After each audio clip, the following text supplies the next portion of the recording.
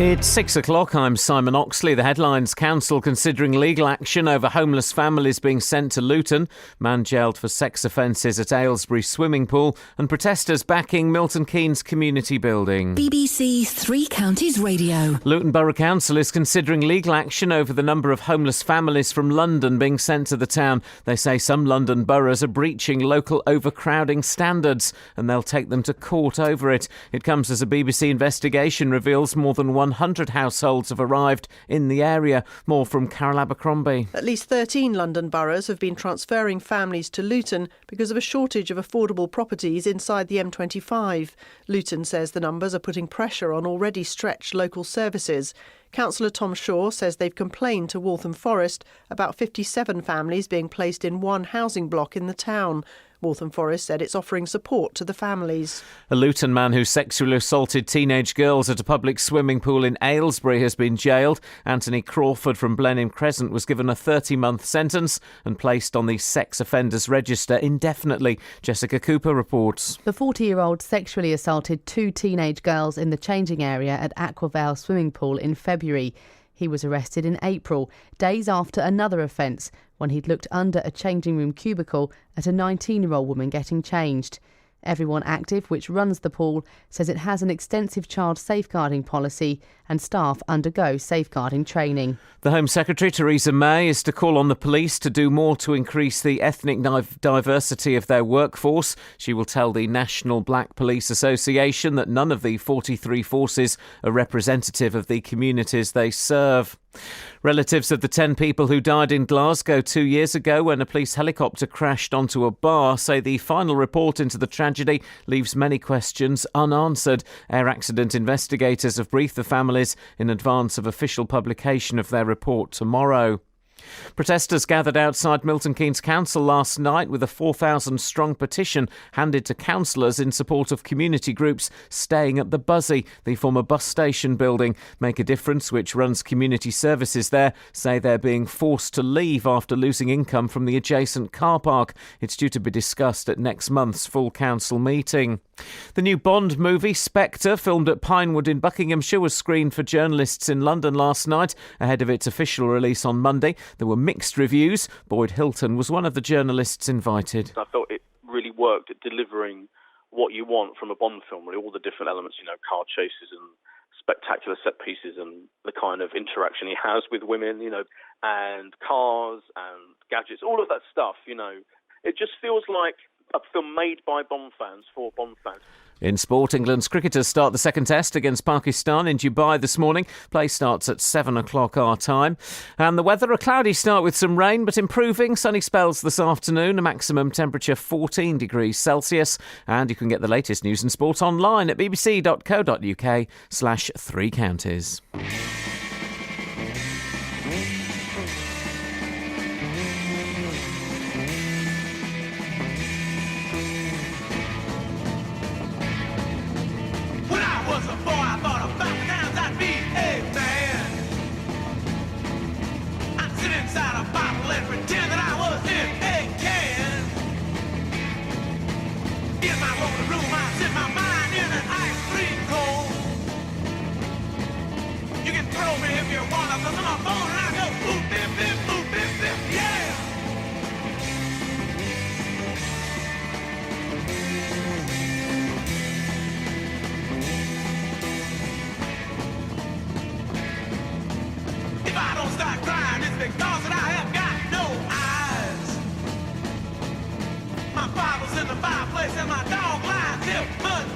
And relax. The perfect music for your afternoon.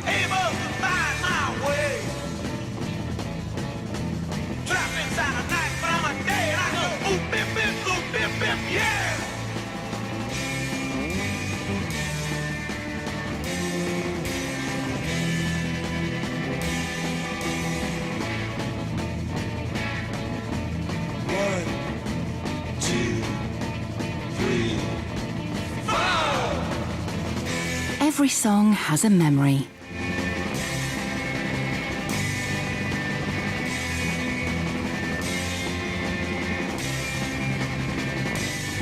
Music to make lunch to.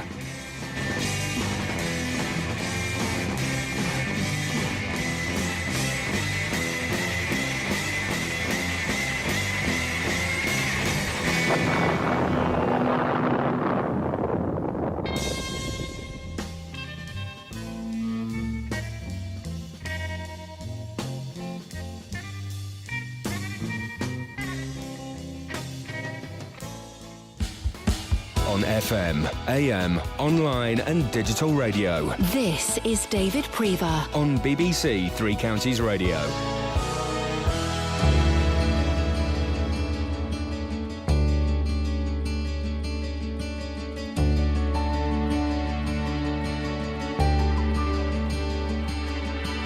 Home is where I'm going. No matter how long it takes.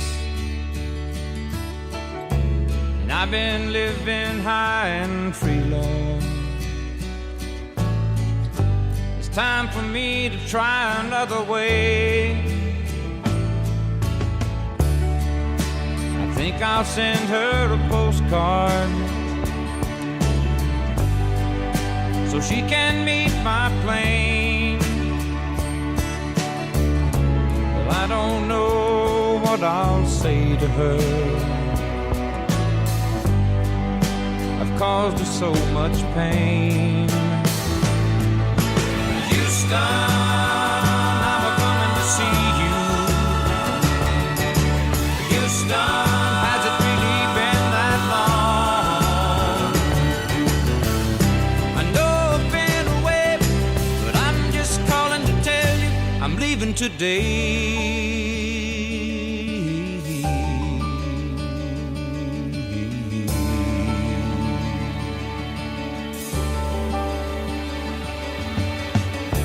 Sitting here in San Francisco, Lord, I'm trying to get more pay. You know it's good to hear your voice again. Say the words I like to hear you say. Now I'm trying to read your letter. It's been almost a year. It did me good to get away from you. But now I'm wishing you were here. Houston, I'm coming to see you. Houston, has it really been that long? I know I've been away, and I'm just calling to tell you I'm leaving today.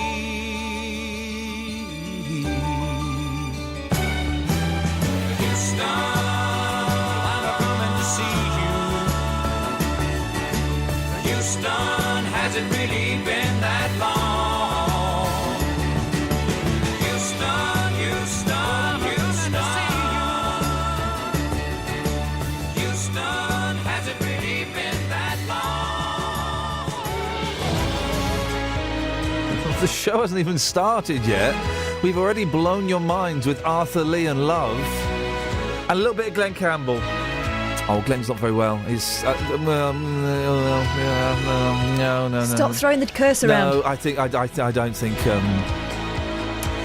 don't think our curse is going to hasten what is already rapidly approaching for Mr. Campbell. Unfortunately, there I've been reading reports online. Very sad, very sad.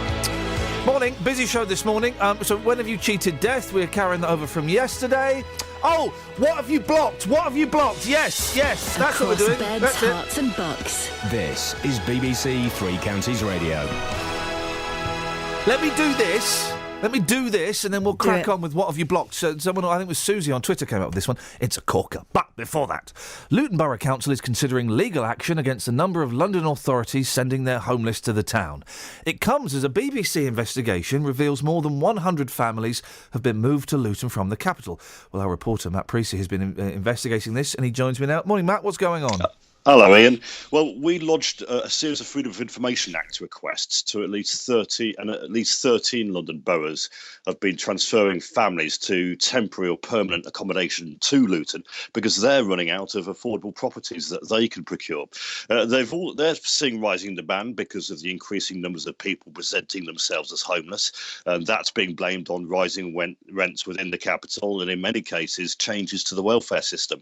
The London boroughs sending homeless families to Luton in recent years include Harrow, Hackney and Enfield, but the councils sending the most are Waltham Forest and Barnet, and who sent more than 100 between them in the last year. What kind of places in Luton are these people being sent? So they're being sent all over, Ian. The London boroughs usually use letting agencies who will then source suitable properties across Luton. But there's one converted office block in the Cardiff Road near the town centre where around 57 households have been sent by Waltham Forest. Now, this comprises mainly of one-bedroom flats with a few larger flats, and it was recently converted, and it's been decorated to a good standard. We went along and we found that it's almost entirely filled with families from places like Walthamstow and Leighton. We met Nicola, who has 4 young children, and she shares a one-bedroom flat with them. The 2 eldest share a double bed. The other 2 are in cots, and Nicola sleeps in a sofa bed. She was made homeless when her landlady died, and she arrived in Luton from Leighton on June the 12th. Well, of course, it's not nice at all because, I have none of my family and friends around me. This place is unknown to me. I don't know the environment well at all. I think it's ridiculous. I think they can't just move people out of their hometown. What is Luton Borough Council saying about this? They're angry at this situation because it's adding pressure to an already overheated rental market locally. They say Luton itself is in the grip of a housing crisis. They say these homeless families are arriving and they have to be provided with services at the expense of local council taxpayers. The London boroughs discharge their responsibility for the housing side of things, but Luton has to look after everything else, especially if these families have got, complex needs. The children are sometimes presenting themselves at local schools in the town centre, which are already oversubscribed. So the council then has to find them places elsewhere, further afield, and provide the transport. I mean, at Cardiff Road, I saw taxis and a minibus picking kids up to take them to school. Nicola, who we just heard from now, has to take all her children and walk 35 minutes to a school 4 times a day. I mean, I accompanied her, and it's a difficult walk, which she does in all weathers, having to cross lots of roads with a double buggy and 2 young children walking beside her. And it was pouring with rain when I walked with her. Well, that's being a parent. That's being a parent, though, isn't it? We parents have to walk long distances to school sometimes. I mean, it's not ideal. Absolutely, but I tell you what, Ian, Nicola was walking 10 minutes to school in her previous address in Leighton. And think about it, she's got twins under the age of 1. Yeah. She's got a 5-year-old and she's got a 4-year-old. And I walked with her, and she, it was a pretty long distance to walk with, 4 kids under the age of 5. It's tricky, but that's being a parent. Yep, I guess so. But it was pretty tough for her. I mean, also bear in mind that she is living in a 1-bedroom flat with 4 children. Yeah. And so it's pretty tough for her. I mean, the portfolio for housing in Luton, Luton Council, Tom Shaw, he's calling on the London boroughs to stop sending their homeless to the town, and he says he'll go to the courts. One way they'll do it is by seeking to prosecute London boroughs if they're breaching the local rules on overcrowding. Our only option now is we will not hesitate when we find a London borough statutory overcrowding by our rules, taking action against them in court. And I think that's the only way what's going to stop it. What's Waltham Forest's response? Well, they're not putting anybody up for interview, but they emailed a statement from their Labour cabinet member for housing, Kevin Limbergy. He told us that rocketing prices in the private rented sector, government cuts and benefit caps and other changes to the welfare system and the lack of housing availability has resulted in their residents being priced out of the market and the number of households in the borough rising rapidly. The number of households in temporary accommodation in Waltham Forest currently stands at over 2,000. He said they are notifying Luton Borough Council ahead of families being offered temporary accommodation there, and they're offering additional support to the families. What's interesting is that some of the London councils aren't telling Luton they're sending families, as they're required to do so by law, the 96 Housing Act, which means LBC don't really know the full extent of the problem. OK, Matt, thank you very much for that. Later on, we'll be speaking to Tom Shaw, who's head of housing in Luton, and some of the people living in these flats. Travel news for beds, cards and bugs. BBC Three Counties Radio.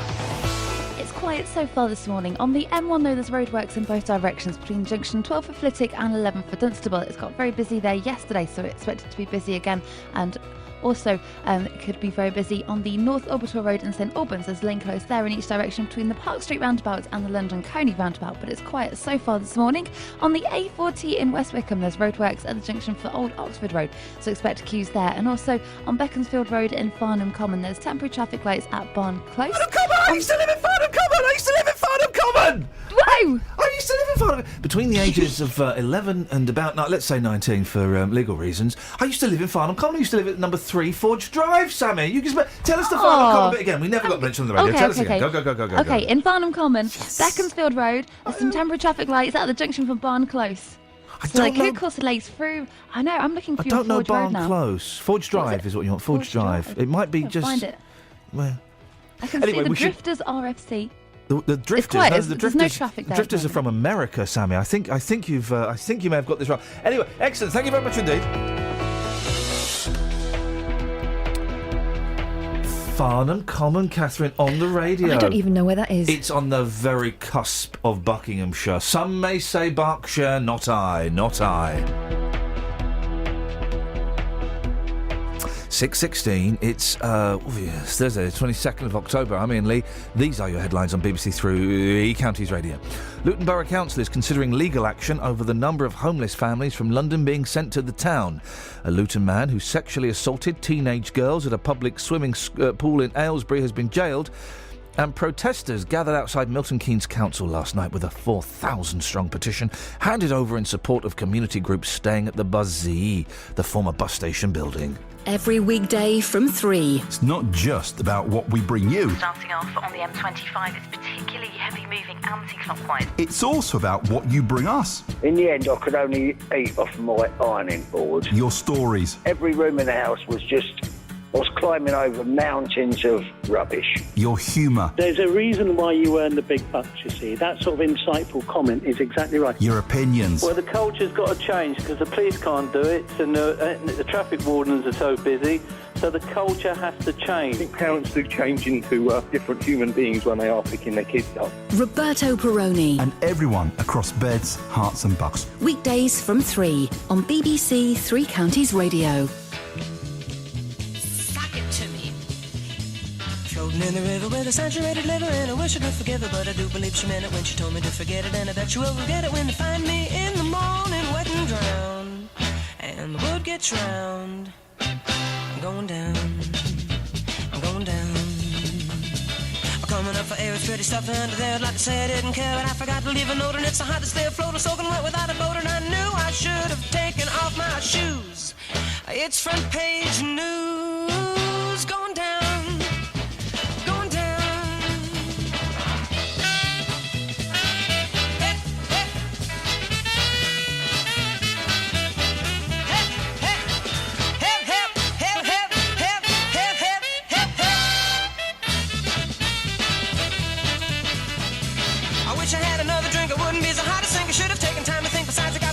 She must have had another date. I didn't need this extra way to wish that I could see the way to show. I don't want no more going down. I'm going down. And now I see the left, I let it slip it all away. I made a should've learned to swim instead, and now it's really got me stumped. I can't believe it. Why I jump in life again? My tummy pump, I can't believe they drink this stuff in town. This Jenny Brown. I'm going down. Going down. I'm going down.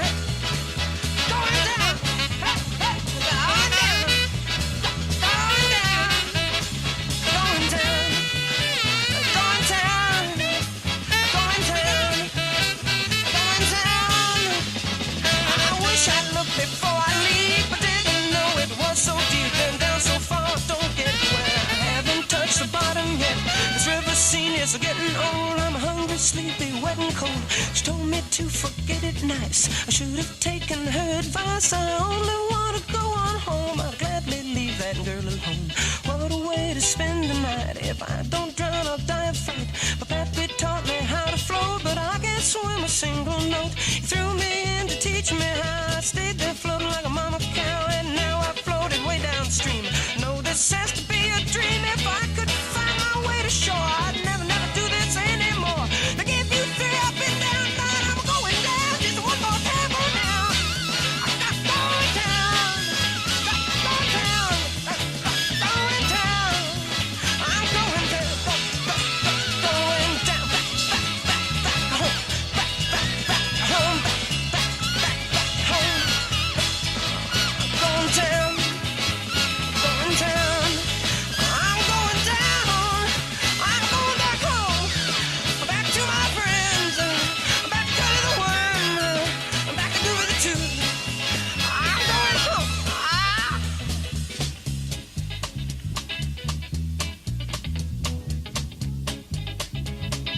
Now the sky is getting light. Everything will be alright.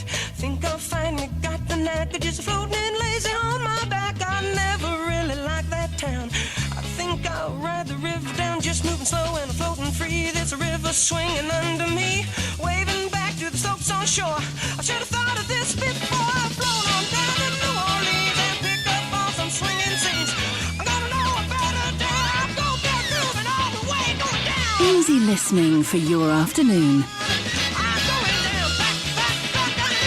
The music you want for your afternoon.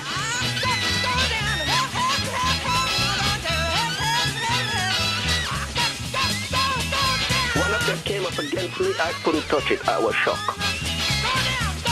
Never. I think it's just gone politically correct.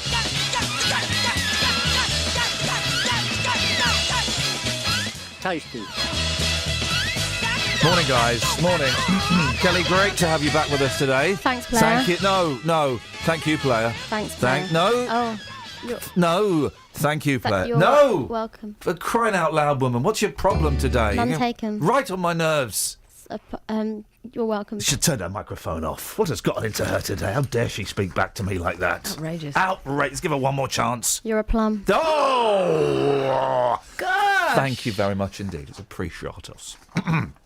Now, a Luton man has been jailed for 30 months, and placed on the sex offenders register after sexually assaulting teenage girls at a public swimming pool.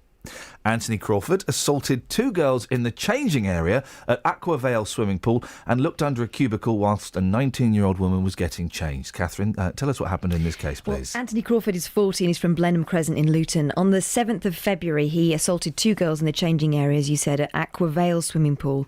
He was arrested on the 8th of April, just a few days after he'd committed another offence at the same pool.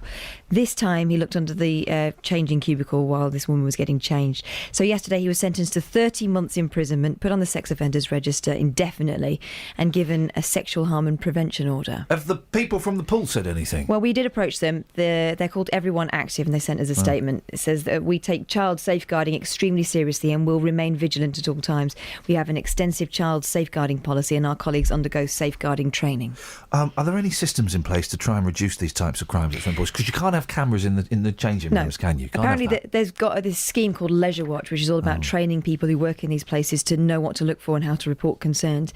What they're trying to do is to train more staff who work in public places, the pools like this, but shopping centres, bus stations, libraries, to stop certain behaviour before it becomes a crime. They say, for example, if they spot a man who always comes to watch school swimming, they would approach him and just say in a friendly way that they've noticed he's here every week and remind him when the adult swimming sessions are. They say by explaining that he's been noticed, the person usually stays away. Well, that sounds completely ineffective and would have had no impact in this case whatsoever. That's and a Leisure Watch. I mean, that's not exactly the most appropriate considering what this gentleman was found guilty of. All right. Well, in the next hour, very serious story. In the next hour, we'll be speaking to a child protection group in Milton Keynes about the difficulties trying to prprotect children at swimming pools. No. I mean, how do you spot who's a dad and who's just a dodgy old fella? I'm worried just the way that's phrased. Yeah. The difficulties trying to protect children at swimming pools. That just sounds like we're stirring it a little bit. And this bloke's a dodgepot, and There are a few dodgepots out there, but generally kids are safe at swimming pools. Well, let's see what they have to say. I'm just worried that we're stirring the pot thicker than it need be. This is Iain Lee on BBC Three Counties Radio. So yesterday, normally these microphones are utter pony. Normally I argue with idiots on Twitter. Yes, I was just blocking them, blocking. Wonderful. The sense of relief that it gave me was awesomeness. And then Susie on Twitter, and it's very rarely I credit somebody, but you know what? I'm feeling kind today. Said tomorrow's phone-in. What have you blocked? Beautiful. Did she say that before you blocked her? Yeah, I'm going to block her now. So 03459 455 555 is the telephone number, and it can be a toilet. It can be well. There's a story in the papers today. They're trying to name and shame. I have to ride the fader every time I speak because my microphone. It doesn't matter. Of a driver who blocked a road. There's been a couple of stories of people, cars blocking each other. So, well, I was here first. You reversed. No, you reversed. There's a very funny film starring Bruce Forsyth. No. Bruce. I'm sure that phrase doesn't work. I'm sure it's Bruce. I'm sure I've got this right, guys. Someone will remind me. There's a film starring Bruce Forsyth and Bernard Cribbins. It's the 7 Deadly Sins, right? And it's 7 little artsies, little scenes. Vignette. There we go. And one of them is Bruce Forsyth and Bernard Cribbins, and it's stubbornness. Is that a sin? Yeah, sure, why not? And they're down a road, right? Is it Pride? They're along Pride. They're on a long road. You've seen it, Kels. Bernard Cribbins and Bruce Forsyth in the movie. No. Sounds like the sort of thing you like. They're in a road, right? Long road, right? And one's got a Bentley. Forsyth has got a Bentley. Yeah. Cribbins has got like a little horrible little car. And they get out and they say, well, you need to reverse. No, Governor, you need to reverse. I've got a good game, you need to reverse. I'm further up this road than you are. The laws of the road are you've got to reverse, you dirty old man. Harold? No, I ain't got to reverse. Anyway, so then they call out, one of them's got the RAC and one of them's got the AA, and they come out, and one scene is posher than the other. You know the posh one is going to be the RAC, Yeah. And then they measure the road, and it turns out that spoiler alert, Bernard Cribbins is 1 yard further up the road, so Bruce Forsyth has to... Of course he does. They couldn't let the posh road win. I'm sure... I couldn't have had a dream as intricate as that, could I? 03459 455 555. Anyway, there's loads of stories like this. There's one in the paper today of this guy who was having an argument with, I think, a bus in a tunnel, and about reversing. And then there's an ambulance behind him, and the ambulance says, "Look, mate, we've got someone who's dying in the back. Could you move on?" And I didn't really know how the story ended. It does tend to be men that do this, but you'll remember my problem in the posh supermarket car park with Cowbag. Yeah. Who tried to force me round the wrong way. I think women are... She was... that was more shocking because it was a woman. No, I think women are more aggressive behind the wheel. No. Unbelievable. I think they're as aggressive. No, they're more aggressive. Because I had a terrible run-in with this woman when I was doing a right turn in a lane where you could go straight on or do a right turn. She thought I was cutting her up. I wasn't cutting her up. I was doing the right turn in a lane I was allowed to. Got very, very sweary very, very quickly. Was it me? It wasn't you, actually. No, but it was... Travel news for beds, cards and bugs. BBC Three Counties Radio. On the A1 southbound in Bournemouth from the Holiday Inn towards the Stirling Corner, it's starting to get busy, and also nearby in Bricketwood on the North Orbital Road, the M25 junction 21A roundabout starting to build up too. No reported problems on the M25 or the M1 though, and it's looking fine at the moment through the roadworks between junction 12 for Flitwick and 11 for Dunstable. In Brackley though, on the A43, that's been blocked southbound because of an accident at the Westbury roundabout, which is causing delays along the A43, and it's shed its load too, so that's adding to the problems by the Buckingham Road Industrial Estate. Samantha Bruff, BBC Three Counties Radio. Across beds, hearts and bugs. This is BBC Three Counties Radio.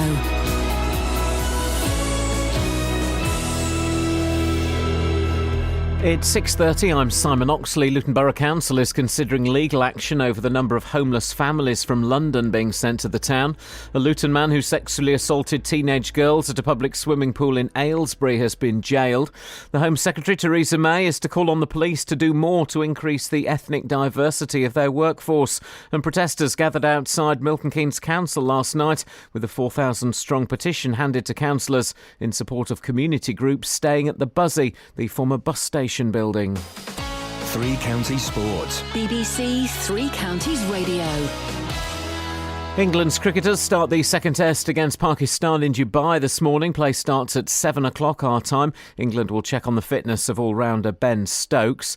In football, in last night's Champions League matches, Manchester City scored a stoppage time winner to beat Sevilla 2-1, whilst Manchester United drew 1-1 away to CSKA Moscow. City manager Manuel Pellegrini was delighted with Kevin De Bruyne's late strike. I think it's very important for him.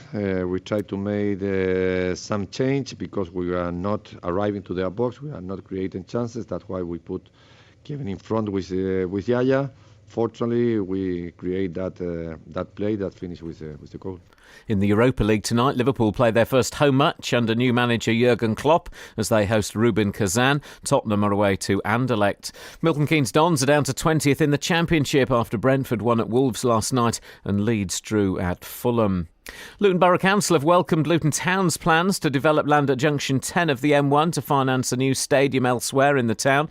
Labour's deputy leader on the council, Sean Timoney, told BBC Three Counties that the stadium itself would not be at Junction 10, but wouldn't reveal the possible sites for relocation. That would be down to the club, and I know that they've got a couple of options that they're currently looking at, but it wouldn't be on the Junction 10 site. It wouldn't be for me to say, well, I think they should go here, I think they should go there. Yeah, but you must have had a conversation with them. I mean, you're all working together. You must know what they're thinking. Yeah, I do. I know that they're looking at various sites, and it wouldn't be right of me to name them. And in boxing, Hatfield's Billy Joe Saunders appears at a London press conference today with Ireland's Andy Lee ahead of their world middleweight title fight in Manchester in December. BBC Three Counties News and Sport, the next full bulletin at 7.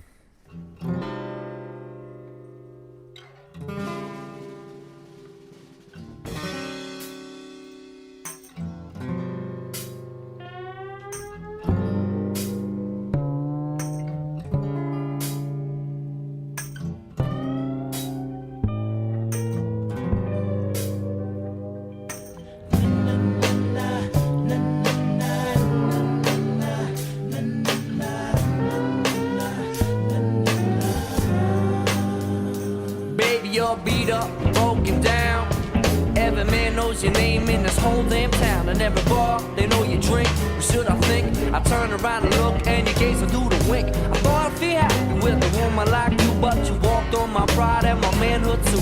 I don't know too much, but one thing I know, a man stuck on you is like a stepping stone. Cause you keep using me just like a stepping stone. You keep using me just like your stepping stone.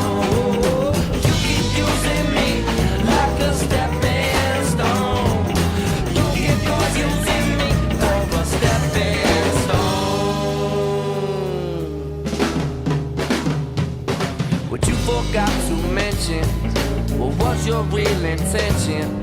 Did you want a man to love, or someone to prop and carry you up to a higher status? But the matter of fact is that your detachment will bring you further down.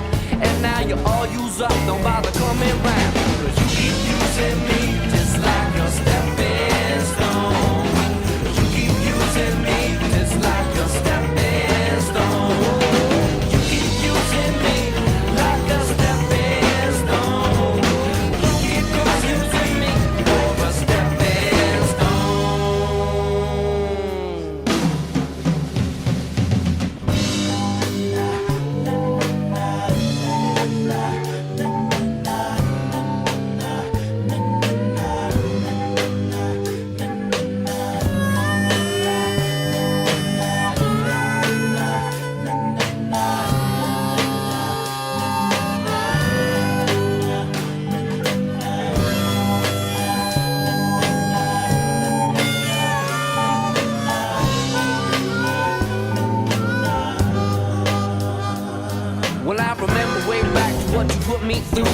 Thinking to myself, what's wrong with you? Ain't need enough to have a man for a lover and a friend. Tear him up and leave when his money's spent. Well, you just like the lotto sitting in a dance. You take the strongest man and break it down again. But I have gained some knowledge. Go on, pack your things and move on back to college. You keep using me just like your stepping stone. You keep using me just like your stepping stone. You keep using me.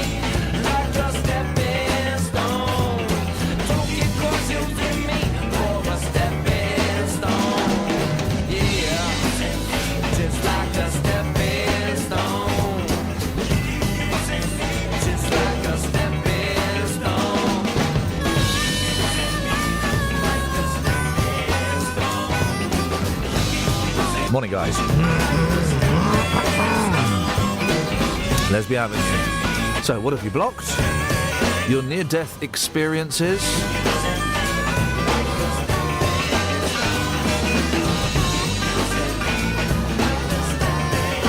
I don't feel the show is kind of. It's not kind of, you know. It's not lifted off It's not yet. lifted off yet. We're kind of bumping along the ground, and I can see we're on that runway in Hong Kong. That's hang on. Yeah.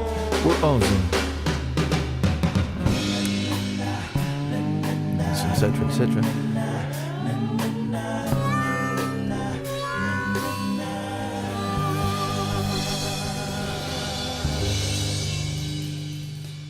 Here we go. Pocket instruments. Yes. The harmonica fits in a pocket, nice and easy. Stylophone. The stylophone. He didn't invent it, but he promoted it, so we can still. Okay, which classic hit? I'm going to say top 10 because I don't know if it was a number one or not. I think it was. Which I think I told you this the other day, didn't I? Oh, let's see if Kelly remembers. Kelly. Hang on. Sorry. Yeah. Hello. Hello. Which classic hit features a stylophone? A stylophone. Is it The Who? Carry on. Okay. Is it The Kings? Well, you said The Who. You're gonna Beach no Monkeys? No. Is it the Beach Monkeys? No. It's. I think it's this one. Hang on. Boy. Hang on a minute. I think it's this guy. Hang on. It's Bowie. David Bowie? Yeah. Are you, David okay, Bowie. Catherine's mouthing it to you. Okay. Catherine's mouthing David Bowie. Right. No, okay. she's not. Here we go. Let's get to the. Is it this Here one? it is. Listen. That's a stylophone.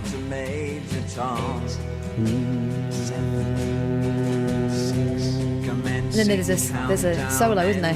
Yeah, try to find Does the he solo. die in this song? He's spinning in space. Here comes the down the ground control to Davy Jones. Your name, Davy Jones, of course, had to change it because of the monkeys. Thank you very much indeed. There we go. Hang on. Oh, for crying out loud! Shut up. You don't have go on. Hang on. Here we go. Here we go. It's guitar. Here we go. Ladies and gentlemen, on the stylophone, would you welcome Mr. David Jones?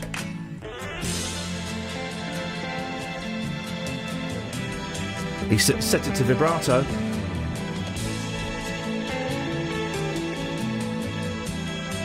Multi-layered to sound like strings. There you go, you see. Nice, isn't it? It's actually quite nice. Oh, David! Oh, David! Well, it was the 70s, and anything went in the 70s, including David Bowie and his wife, if I've heard is correct.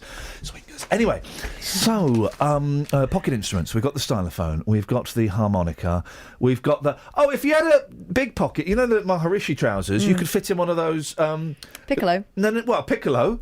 Penny whistle? No, the keyboard ones. It's got a keyboard and you blow it. Ooh. Oh, what was that called? A symphonium. No, that's a bit... You wouldn't fit that in a pocket, blimey.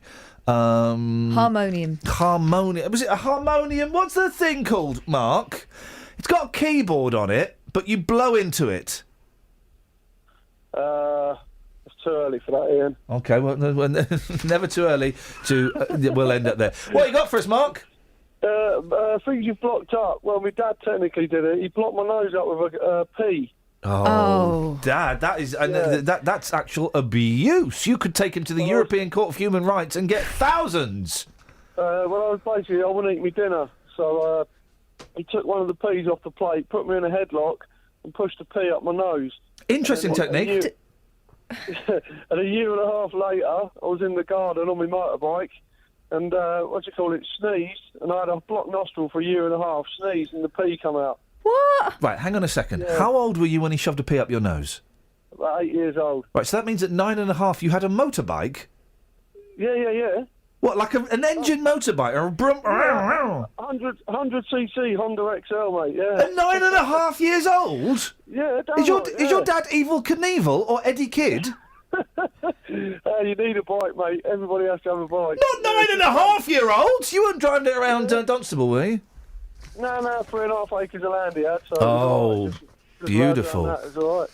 Catherine, you've employed some unusual parenting techniques. Shoving food up your daughter's noses to make them eat. Not one I've tried before. I've removed beads from my daughter's nose. She said she was just sniffing it to see what it smelt like. The relief when you came, the relief when it came out of your nose must have been incredible. Yeah, because I had a horrible taste in my mouth, obviously, for a year and a half, obviously, because my nose was blocked. I kept saying to him, there's something wrong here, because it's stuck.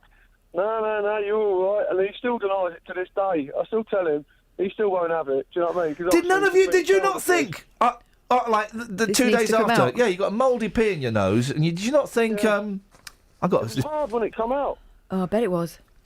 Yeah, you know when it goes, like when you leave peas and they shrivel up? Yeah. When it come out.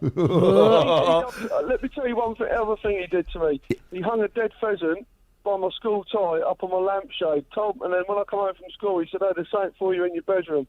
I run down the hallway, open the bedroom door, because my bedroom was downstairs, and there's a dead pheasant hanging off the light. And how did that make you feel as a person? Is your dad a cat? What's he doing bringing you dead birds? Oh, because he hit him driving home in the car, you know? Yeah, that'll teach him. Mark, you've made us all feel very blessed that whatever we went through in our childhood, it was not as bad but as that. But he did have a motorbike. Thank you, Mark. Yeah, exactly. The Lord giveth. 03459 455 505. Phil says the car sketch was Ronnie Barker and Corbett. No. That was when now you've reminded me. They did that sketch on. I guess that was the week that was, or maybe at last the 1948 show. This was in a movie with Bruce Forsyth and Bernard Cribbins, right, said Fred. Right, so we were talking about near-death experiences yesterday. Have you ever cheated death? We sent Dealey out on the streets. We didn't have a chance to play it yesterday. Well, this is what he came up with.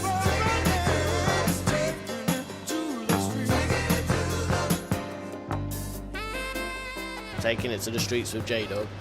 Hashtag death cheats. Boss, you claim that you've cheated death. What happened? Well, I fell off monkey bars and broke my wrist 2 days before a holiday. I mean, breaking your wrist is not really cheating death, mate. Iain last night was in his bathroom and his shower door exploded. So, do you feel a bit silly now with your answer? A bit, yeah. Yeah, all right, mate. Let's leave it there. Thanks very much. Hi. Hello. Have you ever cheated death? No. Madam, you've had a near-death experience. You've cheated death. What happened? I had a car accident. Nearly died. I had major head injury in that. So, how long were you in hospital for? Months. It's about 3 months in total. Wow. So when you woke up in the hospital, tell us what happened then, because you must have thought, where the hell am I? What's going on? I didn't remember anything about the accident at all. Not a single thing. Literally 3 months of my life had just disappeared. How has your life changed? You as a person, how different are you now that you've had a near-death experience? I don't think I'm the same person at all. For a few years afterwards, I was nervous about getting in the car, and it was, I just didn't feel the same again afterwards. You look healthy now, anyway. Yeah, I wish. Seriously, you look very healthy. I'll leave you to it. Thanks so much. Thank you.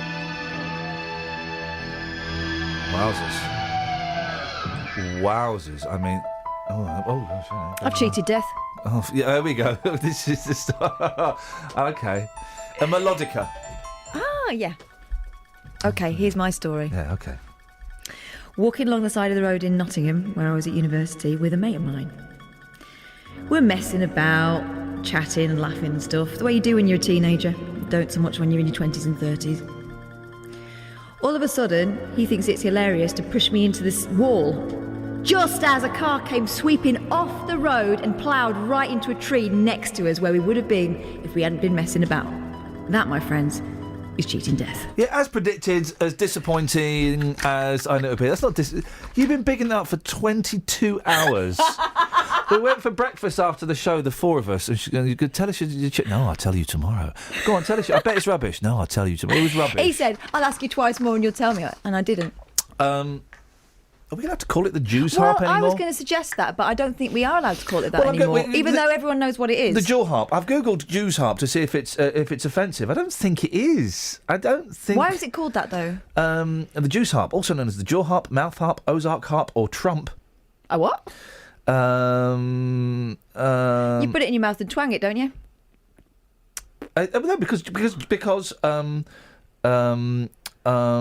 Jews played it. There we go. So it's perfectly acceptable, I believe, to call it the Jews harp. Okay, that's another one. Yeah, you go. But it's to do with you have your mouth open. What famous? Here we go, Kelly. What famous? Hang on. I'm not going to hang on. Sorry, I was talking to Justin. Again. What famous rock song starts with the Jew's harp? It's a very, very famous rock song, and it starts. It's by one of the biggest rock bands of all time, and it starts with. Well, it starts with. Bow, bow. Is it that? Well, I don't know what that is. Bow, bow. That. What's that? Bow, Just say bow. the name. Save time and just say the name of the song. Walk on the Wild Side. No, that's a bass. Dong, dong, They might be dong, twanging underneath it. You can't hear it. Dong, dong, dong, dong. The only song we're allowed to play on the BBC that's about. Yeah, repeatedly. I'll tell you what. I'll reveal it after we get this word from our sponsors. Travel news for beds, cards, and bugs. BBC Three Counties Radio. It's busy in Hemel Hempstead on the A41 southbound from the Hemel Hempstead turn-off towards the M25 junction 20 for Kings Langley. It's reported to be unusually busy for this time of morning. On the A1 southbound, there are queues from the Holiday Inn towards the Stirling Corner, and in the St Albans on the North Orbital Road, there are roadworks between the Park Street roundabout and the London Coney roundabout with a lane closed each way, so expect it to get busy there later on this morning. A bit further away on the A43 southbound in Brackley, the Westbury roundabout has been closed because of an accident and a lorry shed its load of timber. Smelt the breath, BBC Three Counties Radio. Thank you, Sammy. 6:46. These are your headlines on BBC Three Counties Radio. Luton Borough Council is considering legal action over the number of homeless families from London being sent to the town. A Luton man who sexually assaulted teenage girls at a public school in Aylesbury has been jailed, and protesters gathered outside Milton Keynes Council last night with a 4,000-strong petition handed over in support of community groups staying at the Buzzy. Beds, hearts and bucks weather. BBC Three Counties Radio. Hello, a very good morning to you. Well, today's going to be a nicer day than we saw yesterday. It's a fairly grey but a mild start, really quite dull this morning. Lots of thick cloud around, and we may well see a few outbreaks of light patchy rain on and off through the course of the rush hour and possibly into the late morning as well. And then it will clear to leave us with a dry, bright afternoon with some spells of sunshine developing as well. So not turning into a bad day at all for this time of year. There's also a fairly brisk northwesterly wind. We're looking at top afternoon temperatures of around 13 or 14 degrees. It's not actually much different to the temperatures that we've got at the moment, to be honest. Overnight tonight, it's going to be mild. It will be dry. Lots of thick cloud around, the cloud thickening once more. Lows of around 9 or 10 degrees. And then into tomorrow, a rather dull grey day. We might just see a few spots of rain from the thickness of the cloud, but otherwise it will stay dry. The weekend's a bit more interesting. On Saturday afternoon, we're going to get some outbreaks of rain, some of it quite heavy. Quite a chilly night on Saturday into Sunday. And then Sunday, dry and bright, the nicer day of the weekend with some sunshine around. And don't forget that the clocks go back on Saturday night, so it's an extra hour in bed. Nice. That's the forecast. Thank you, Elizabeth! Three Counties Sport. This Saturday we'll bring you another 4 live games. In the Premier League, Watford travel to Stoke. And Odion Carlo won't get an easier chance in all his career. MK Dons go to QPR in the Championship. And Simon Church gets the second goal for MK Dons. And in League 2, Luton host Plymouth. Marriott takes advantage of the deflection as it was driven in by Bott. And Stevenage head to Northampton. Stevenage have got an equaliser. It's Williams who's got it. Three Counties Sport. Saturday from 2, here on BBC Three Counties Radio. Any ideas, players? Oh yeah, I forgot. Oh, you're supposed to be thinking do about... it again? I know I was always. Do it again. Dong, dong, dong, dong, dong. Is it... Is it... Dong, do, do, do, do, do, do. No, hang on. Is it something happening here? That one. No, it starts with the jaw harp. Who's it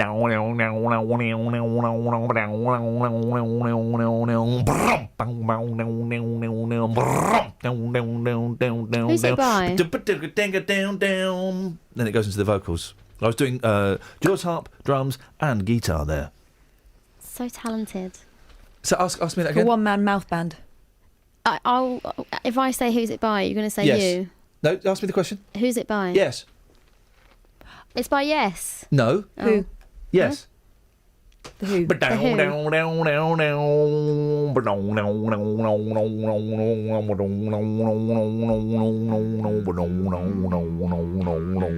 How are you doing that? Just your mouth.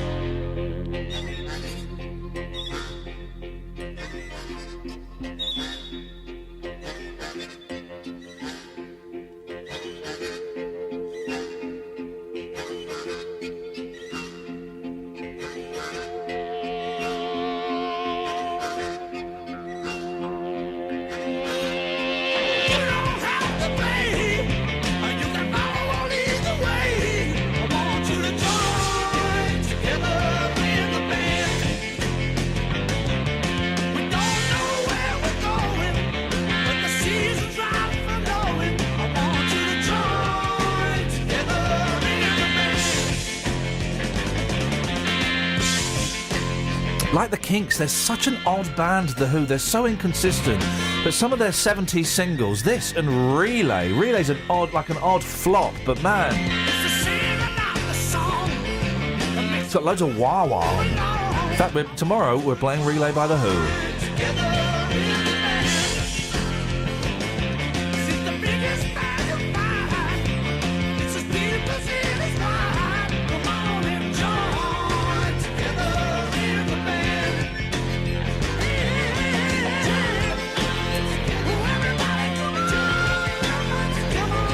This song, though, sounds like it's building to something. It never quite gets there, doesn't it? That's a lot of their stuff does. I like the build, though. You can really hear that Jaws harp there.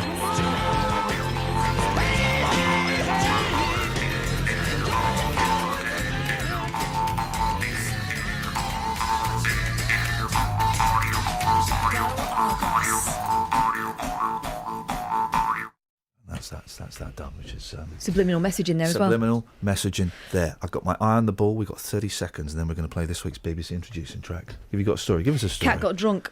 Pet cat went on a 7-week booze bender in a neighbour's wine cellar and lived to tell... cat thing.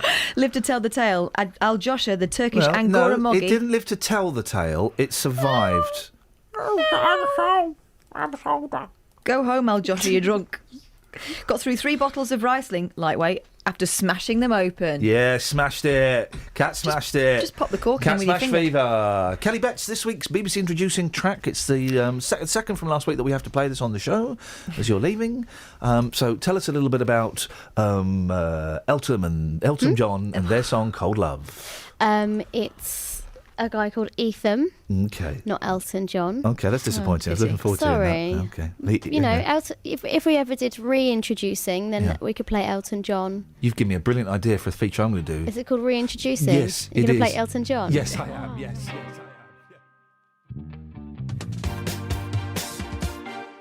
Oh, darling, it's been on my mind.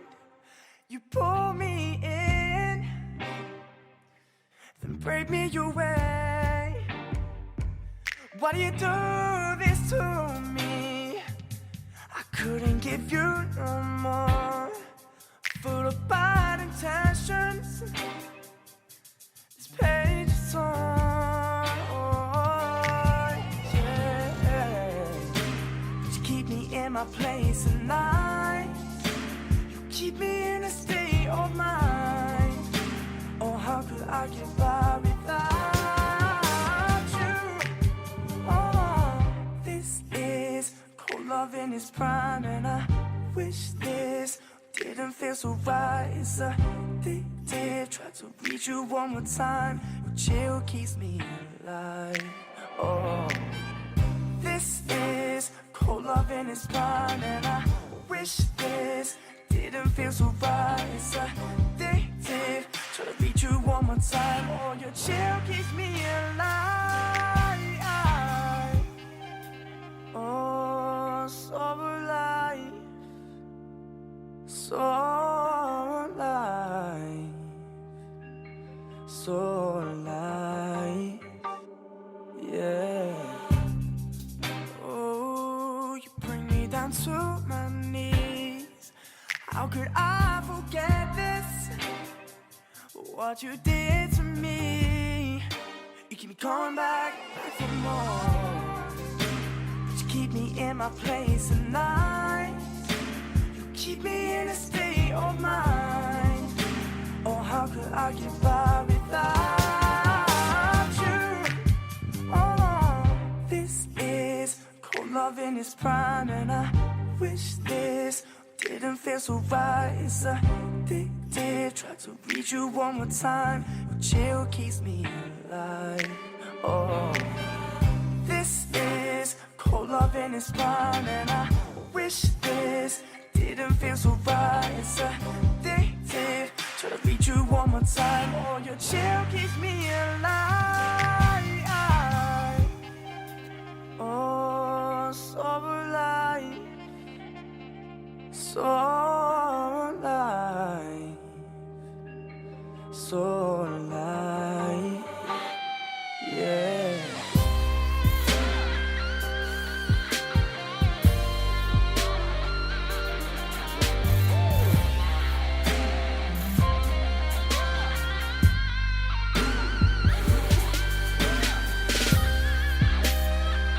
Yeah, BBC reintroducing the acts that you may not remember from back in the day.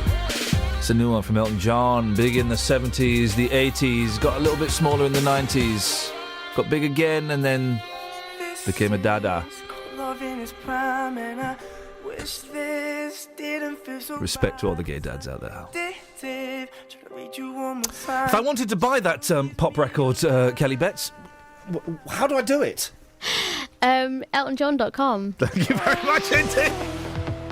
Travel news for beds, cards and bugs. BBC Three Counties Radio.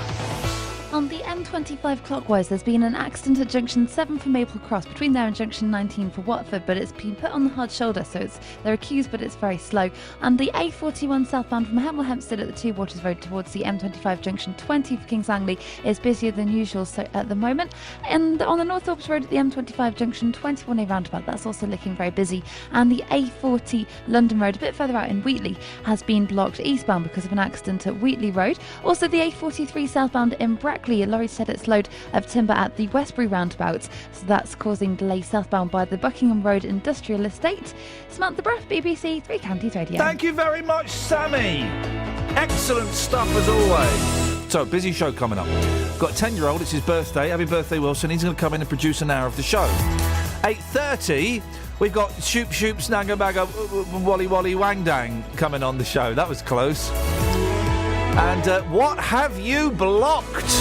Local and vocal across beds, hearts and bucks. This is BBC Three Counties Radio.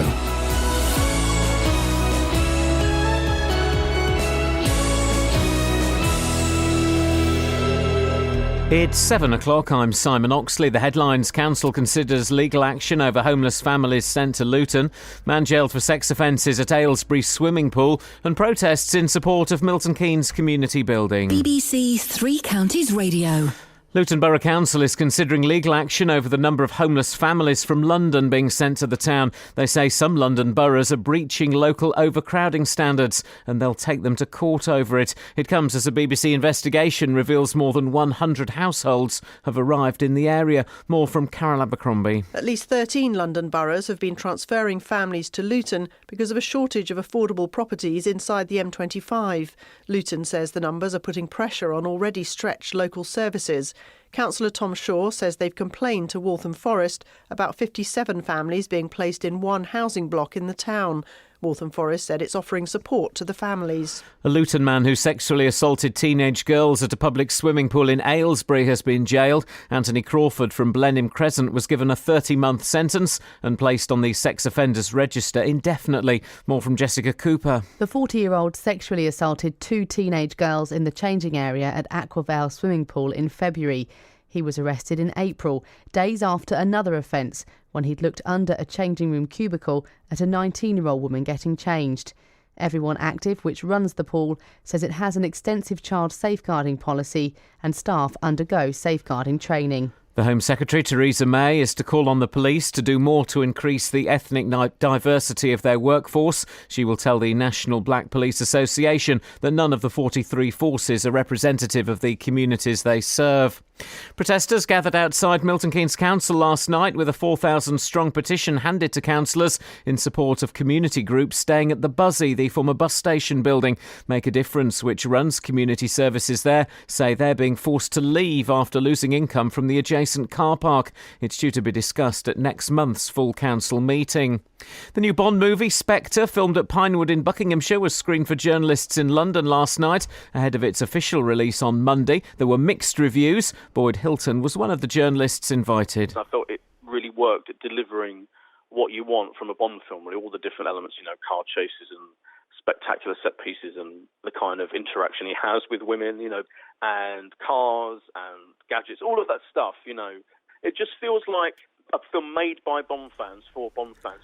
Great British Bake Off winner Nadia Hussain from Luton is coming back to the town next month to switch on the Christmas lights. Nadia says Lutonians were very supportive during the show and she's honoured to be coming back for the switch on Saturday, November the 28th. In sport, England's cricketers are starting the second test against Pakistan in Dubai. England are unchanged after Ben Stokes was past fit. Pakistan have won the toss and are batting first. The weather, a cloudy start with some rain but improving with sunny spells this afternoon, a maximum temperature 14 degrees Celsius, and you can get the latest news and sport online at bbc.co.uk/3 counties.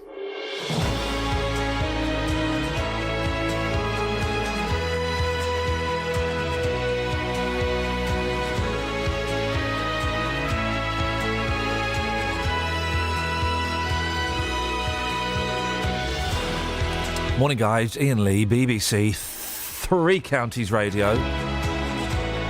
Busy show this morning. What have you blocked? Pocket instruments, near-death experience, and Montevideo is coming on the show later on. Wowzers.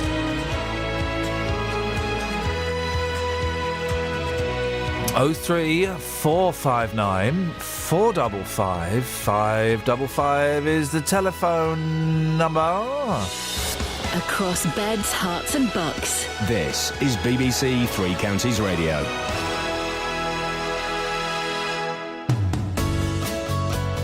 This is Iain Lee. On BBC Three Counties Radio.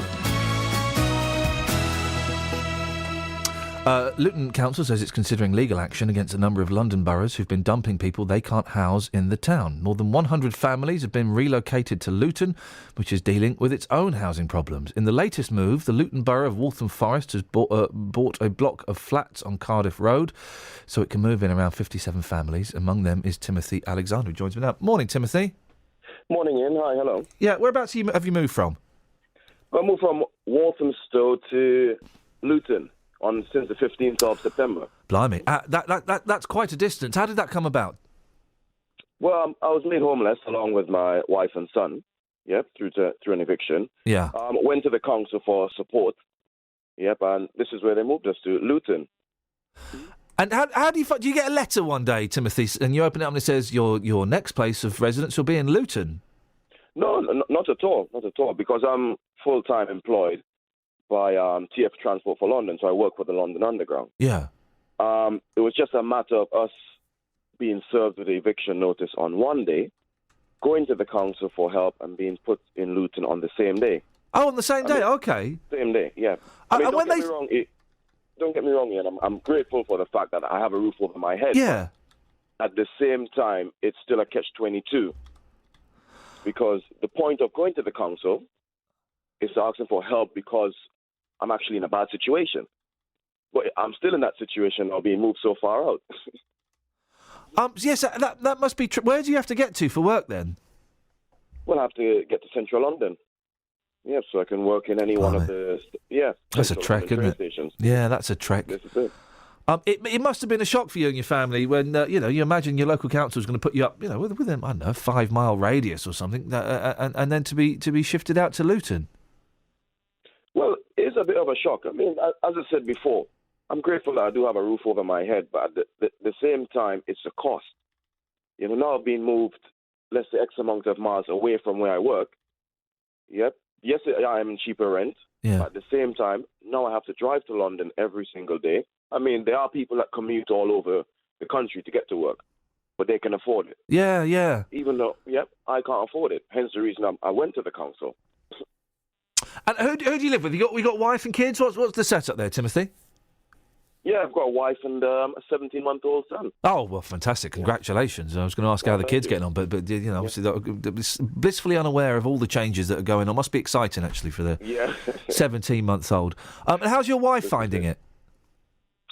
Well, she's away. She's finding it a bit tough being away from her network of family and friends that she did have within London. She has a master's in business. She wants to get back into work as well. But with the cost of childcare, we're not able to actually put our son in childcare at this point, being so far away. And not having these people around us now is a bit hard. This was given her the opportunity to leave our son by someone so she can then go out and look for work. Yeah. So it's a catch-22 once again. Yes, we do have a roof over our head, but it is still hard. And do you know, Timothy, if there is any chance of you moving back to Walthamstow? Or are you? This is it now? You're here? No, well, I have no idea, to be honest. Yeah. Because we haven't even been given a definitive answer to say whether or not, yes, we are going to help you, or no, we're not going to help you. Yeah. It's just been placed here, and our case is still under review. Well, Timothy, listen, welcome to Luton. It means you get to listen to us every morning. There's some sunshine there, boss. That's quite right, yeah. And enjoy the 17-month-old, and I'm sure you'll have lots of fun. And I wish you the best of luck. I hope everything works out for you. All right, thank you very much. Thank you, mate. Bye-bye. There we go. 03459 455 555. Local and vocal across beds, hearts and bucks. This is Iain Lee. BBC Three Counties Radio.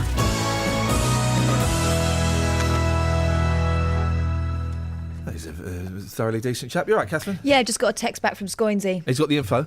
No. Oh. No. Rumoured to be a 6-figure sum, but it never got an actual figure. Okay. Oh, but I've got 207k between the both. But basically, let's do this on air, shall we? Yeah. Councillor Tom Shaw is threatening to sue various London boroughs if they keep sending people up here, which is interesting. But I'm just trying to remember the specifics of a story that we did a few months ago. Where I have got. Are you more familiar with the story now? Yeah, this was the council. Do you remember Luton Borough Council tried to appeal against this move in a planning battle with Central Bedfordshire? It was really complicated, so I can understand if people let it go over their heads. But they tried to overturn outline approval given by Central Bedfordshire Council to a development of 5,150 homes and more than 200,000 square metres of retail and industrial space near Houghton Regis, right? They lost on 10 counts. And according to the Luton on Sunday, the total of £207,803 was spent by both councils in legal fees over this case. Right? Okay, so that's the total. But okay, well, we'll put that to Tom Shaw. Is he really? So basically, he took a legal case to court, and it cost about housing. And it cost them a load of money. And that was they with lost. one authority. Yeah. Is he prepared to potentially spend more money and waste more money on case? And he'll say, well, I'm confident we'll win. Well, you were confident. No one goes to court thinking, oh, I don't think I've got a very strong case. Everyone goes to court thinking they're going to win. But one side generally doesn't. So we'll see. I think I can see why they're a bit annoyed. It does seem very cheeky for an authority from outside to buy a whole block of flats and move people in wholesale like that. Here's the thing. Slight tangent. I do not get why it's called London Luton Airport, because it's not. This story is telling us it's not London. It's Luton. I'd be so peed off, right, if I came from, I don't know. Didn't President Xi come via Luton? I think he did. They take a lot of private jets, don't they? I think No. He was like doing an EasyJet. No, he wasn't. Yes, he was. This is the story. He was. I'm sure I read this. President Xi came over from it was like Shanghai to Luton or something. I don't know. And imagine the president gets off because I won't do the voice. No, don't. I'm in London. Brilliant. All right. Where's the black taxis? Where's the tube? Well, you're going to need to get a coach. You're forgetting something. China's big. Yeah. So we'll think that it is London because it's big. Yeah, that's true, actually. That's true. Anyway, as his fellas carry him in that little thing, don't they? Sedan chair. The sedan chair, isn't it? That's how the... That's how the Chinese rock and roll. Or should that be... No. Wok and... Okay. No? Okay. No? Okay. They cook in woks. They do, yeah. That wasn't the joke I thought you were going to do. It's fine. What's the matter? Yeah. Oh, this cooking is delicious. No, this chicken tastes rubbery. Oh, thanks. Yeah. Nice of you to mention. Anyway, he's in the papers today. Who? China. Right.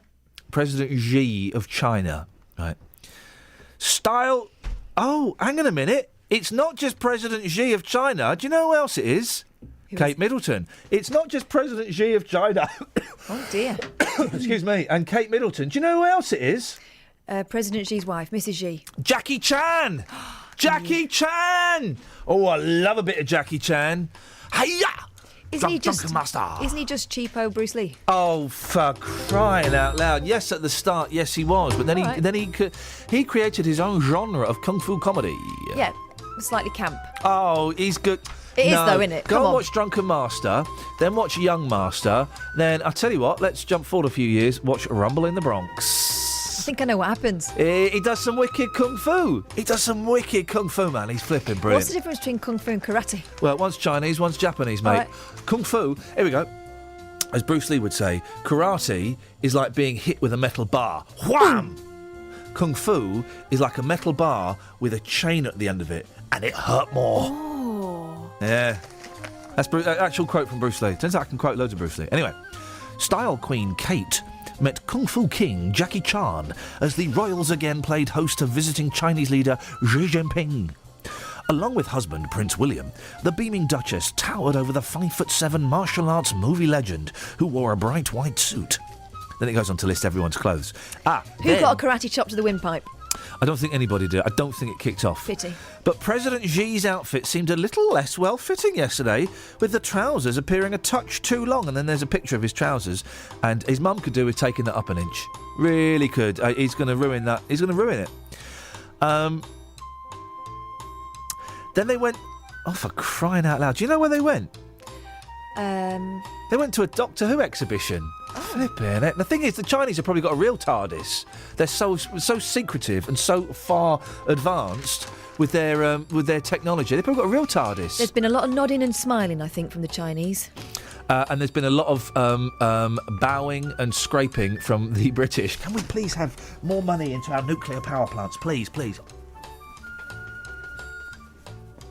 Gosh, that was a lot of scraping. There's a lot of bowing and scraping and smiling and pleasing going on. Can we please have some more investment into our nuclear power? I don't feel particularly comfortable knowing that the Chinese are building a nuclear power plant. Where is it? It's in Kent, isn't it? Right. and they've got control of the computer, right? It's the Chinese. About 6 months ago, there was like some big hacking thing, and everyone said, it's the Chinese have hacked all the computers and stuff. And they're going to have the nuclear computers. Look what they did with the T-shirts and the caps for everyone. They bootlegged them. They made cheap knockoff copies. It'll be nuclear, but it'll be spelled N-E-W-K-L-E, because they spell it wrong on the knockoff, so you know it's a knockoff. Yeah. I don't feel comfortable knowing that there's some China. If we fall out with China, which we will do, then they can just melt us. They can start a nuclear war. We can start a nuclear war with ourselves, thanks to the Chinese. I think they could probably melt us anyway, couldn't they? Well, they've probably got with that TARDIS, they've probably got like melty laser guns as well. I think they do. Travel news for beds, cards, and bugs. BBC Three Counties Radio. There's been an accident on the M25 clockwise just before junction 19 for Watford, and it's starting to cause a queue back from junction 17 for Maple Cross, and it's also looking slow anti-clockwise between junction 21 for the M1 and 19 for Watford.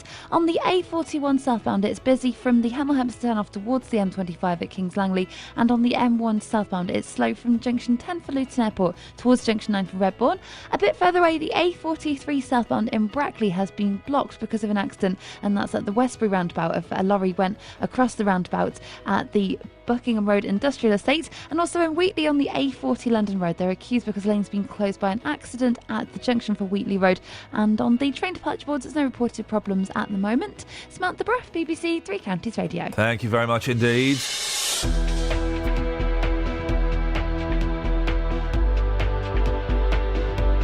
7:16. These are your headlines on BBC Three Counties Radio. Luton Borough Council is considering legal action over the number of homeless families from London being sent to the town. The Luton man who sexually assaulted teenage girls at a public swimming school in Aylesbury has been jailed, and protesters gathered outside Milton Keynes Council last night to support community groups staying at the Buzzy. The big story today is about the National Health Service again. For nearly 100 years, the BBC has been informing, educating and entertaining audiences across the UK. On all of our frequencies, there's commentary on Luton Town at home to York City. And every 10 years, there's a government review to consider its future. The BBC Trust, which represents the views of licence fee payers, would like to know what you think about the BBC's ideas for its future. To have your say before the 5th of November, call 0800 06 80 116 and request a questionnaire. Calls are free from mobiles and landlines, or visit bbc.co.uk/tomorrow's BBC. Tomorrow's BBC Today. This is Iain Lee on BBC Three Counties Radio. Do it to me, Dennis. Do it to me, Dennis. Right. Okay, here we go. I remember the BBC when it was 2LO calling. Let's play a game. Now Okay. Nuclear Hello? power stations. Hello. Is this on? Yes. Yes. Let's play a game. We're going to play a game. It's called the aha game. Okay. Yeah. And we have to come up with songs that have the words aha in it. Yes. You can go first. You can have that one we just did if you want, but you've got to sing it. I don't know any songs that go. Yeah, we just did one. No, you must. Right, I tell you what. Would you like a? Music is just noisy wallpaper. Would you like a ringer? A ringer. Yeah, I'm going to give you Kath's ringer. Right, Kath, you're his ringer, okay? Okay, here we go. So we're playing the aha game. Catherine, you go first. That's the way. I like it. Okay. Right, well, in that case, it's my turn, and I will come in with Do it to me, Dennis. Do it to me, Dennis. I've been trying to do it to you for a long time. Cheeky. Catherine, your turn. Oh. Aha, hey, ha, hey, ha. What the hell hey, is it? Ha. Don't you ever. Morning, Vietnam! That was a good one, wasn't it? That was an excellent one. Okay. Okay, right. You're looking them up. No, I am not looking them up. This is a variation, by the way, and we will play it one day, Catherine, I promise. The Sweet Game. I used to play the Sweet Game. The Sweet Game is a cracking game. Right, okay. Voulez-vous? Aha! Aha! Aha! Nothing promised, no regrets. Oh, no. Dum. Your turn. Oh, no. Dennis, if you can think of any, you can step in at any moment. You've led a weird life. Yeah, tell me about it. A weird life. Yeah, tell me about it. Knowing me, knowing you. That's not fair, because Kelly told you that. But No, she never. Yes, she did. No, she never. Yes, she did. No, she never. Okay. She never. Okay, right, fine. Ruby! Ah! Oh, no. Yes! That's a yes, isn't it, Den? Yes, more or less. Have you done... Yeah, I've done that one. Have you done Voulez-Vous? Yes, but you did that one, mate. Voulez-Vous, yeah. That's been done. Man, I think But it's been done, hasn't it, Dennis? Yes, I can remember that one. Yeah, I did it like a minute ago. Yep. No, don't, you can't. I heard that. We heard you say, I've got another one, which means the other one was a fake. I don't know it. I tell you what, Dennis, should we just get to the point of your phone call? Because I think I won that. Yes, you were talking about these Chinese building these atomic power stations. Yeah. But they're all right as long as you don't find a blue touch paper afterwards when it's built. Right? Just look out for the blue touch paper. Thank you very much indeed, Rory Bremner there. 03459 455 555. If anyone wants to play the AHA game, then you're more than welcome to. 03459 455 555 now. A man from Luton has been jailed for sexually assaulting teenage girls at a public swimming pool in Aylesbury. Anthony Crawford, who's 40, from Blenheim Crescent, assaulted 2 girls in the changing area at Aquavale swimming pool in February. A few weeks later, he looked under a changing room cubicle at a 19-year-old woman getting changed. He's been given a 30-month sentence and placed on the sex offenders register indefinitely. Well, Paul Roffey is the director of Ray Wire Associates, an independent child protection service in Milton Keynes, specialising in child sexual abuse. Excuse me, Paul, I've got a frog in my throat. These things don't happen very often, do they? I think it's a difficult one to answer. They probably happen more often than we'd like them to. Well, yeah, if it happened once, that would be more often than I would like it to. But they don't. What I don't want this to become is one of those things where parents are scared to allow their kids to go swimming. There's not an epidemic of paedophiles touching up kiddies in swimming pools, is there? I'd like to think that's not true. I mean, I agree with you. I think we need to get on with our lives and just recognise that there are risks and manage risks rather than change our lives for fear of something that may never happen. That doesn't stop the reality that there are people out there who will take advantage of very normal situations for their own very twisted ends. What should parents be doing to ensure? I mean, a story like this isn't necessarily going to make me change my my swimming habits, but then my kids are 5 and 3, so I would be with them at all times. What can parents do? I think you just answered your own question. I think the key to sort of safe parenting is to be with your children, even if you're taking them to activities where you're leaving them. Always be the parent that brings the child. Always be the parent that's there 5 minutes before the activity ends. One of the things that we know from our work with these people is that they're very good at identifying and targeting vulnerability in children. So the more you can do to make clear that your child is a well-cared for, well-protected child who has a family or are constantly around making sure everything is okay, that should assist in taking the child off the radar, but that's not a guarantee. I'd never particularly considered swimming pools to be necessarily an unsafe place. Well, I think I understand what you're saying, but of course, from the perspective of somebody who's interested in getting access to children and getting access to children in a state of undress, swimming pools are an ideal place. It's not an uncommon place to find somebody who's a swimming coach who has an unhealthy interest in children. Well, no. It is uncommon to find swimming coaches who have unhealthy interest in children. It's uncommon. Okay. We have to be so careful with our language here because I don't want to scare anybody off. It's half term, and I don't want to scare anybody off going swimming. So you cannot say it's not uncommon to find swimming coaches that have got interest in kids. Let me qualify that. From my perspective, when we're looking for where the sorts of people who are at risk to children can be found, it is not uncommon to find them targeting those activities where there are children. Yeah, but your initial implication was that the majority of swimming coaches are paedophiles. I wouldn't know. That's not what I said. Well, then I'm glad you've clarified it. Yeah.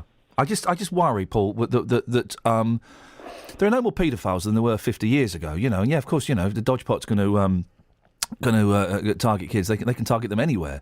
I just worry that we're just scaring people for no reason whatsoever.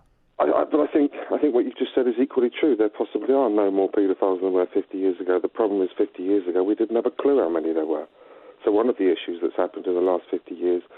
No, we still don't have a clue how many there are. No, we don't. But I was about to say, but what has happened in the last 50 years is we've become more aware of the possibility that there are adults out there who will target children for their own sexual...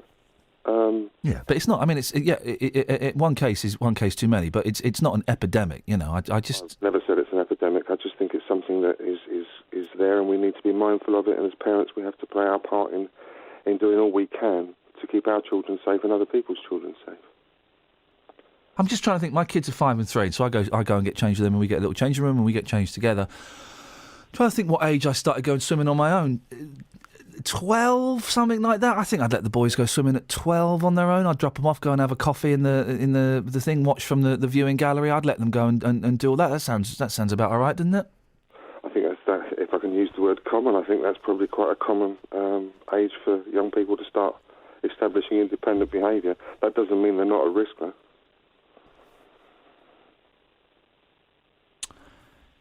No, but, you know, I'm at risk now from the ceiling falling in on me. Do you know what I mean? Yeah, absolutely. That's what I said. It's about managing risk. It's not about...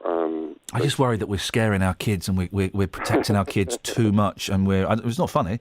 No, I'm not laughing. I'm laughing at the idea. I think we always struggle with balancing managing risk with scaring our children. I think the managing risk is not about scaring our children. It's about understanding that there are risks.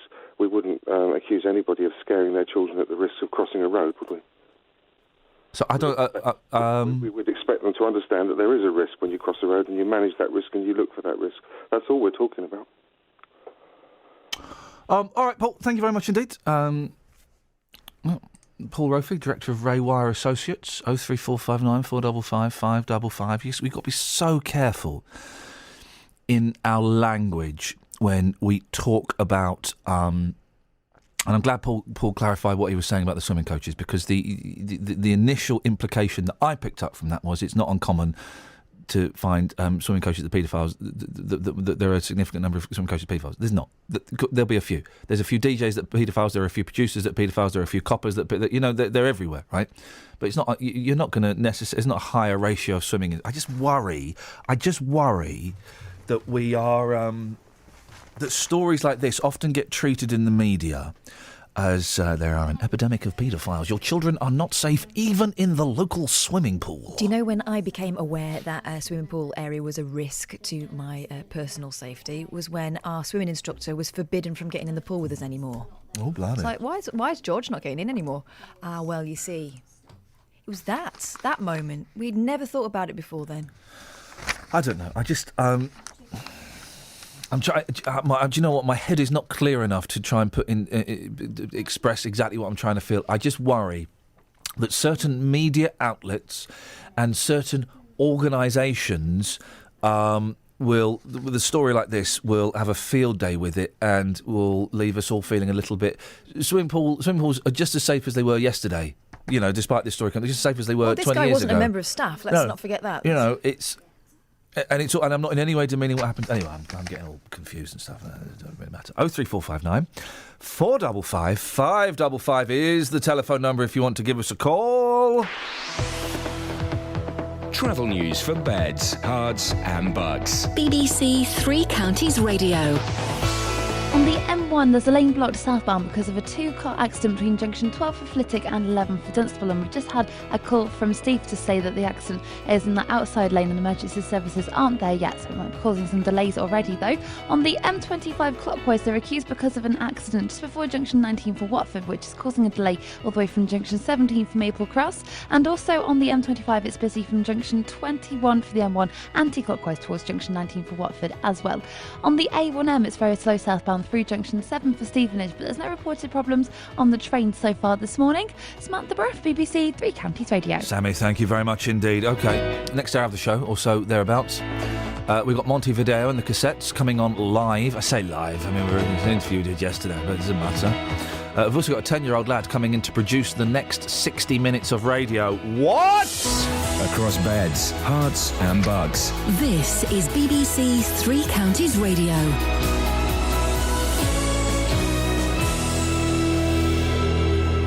It's 7:30, I'm Simon Oxley. Luton Borough Council says it's had enough of London boroughs sending their homeless families to the town. It says it's contemplating legal action. Police have praised the bravery of 2 teenage girls for giving evidence against a Luton man who sexually assaulted them at a public swimming pool in Aylesbury. He's been jailed for 30 months. A man has been shot dead by police in St Neots in Cambridgeshire last night. And protesters gathered outside Milton Keynes Council last night with a 4,000-strong petition handed to councillors in support of community groups staying at the Buzzy, the former bus station building. 3 Counties Sports. BBC 3 Counties Radio. England's cricketers have started the second test against Pakistan in Dubai. England are unchanged after Ben Stokes was past fit. Pakistan won the toss. They're batting first. A short while ago, they were 24 without loss.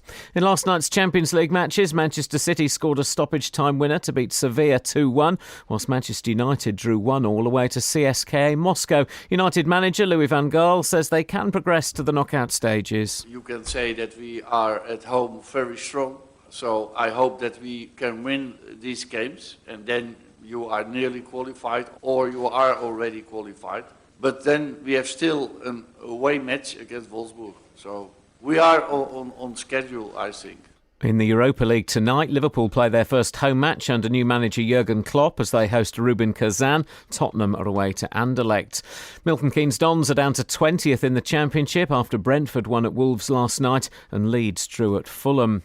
Luton Borough Council have welcomed Luton Town's plans to develop land at Junction 10 of the M1 to finance a new stadium elsewhere in the town. Labour's deputy leader on the council, Sian Timoney, told BBC 3 Counties the stadium itself would not be at Junction 10, but wouldn't reveal the possible sites for relocation. That would be down to the club, and I know that they've got a couple of options that they're currently looking at, but it wouldn't be on the Junction 10 site. It wouldn't be for me to say, well, I think they should go here, I think they should go there. Yeah, but you must have had a conversation with them. I mean, you're all working together. You must know what they're thinking. Yeah, I do. I know that they're looking at various sites, and it wouldn't be right of me to name them.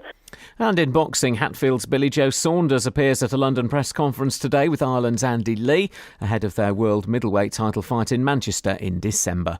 BBC 3 Counties News and Sport. The next full bulletin is at 8.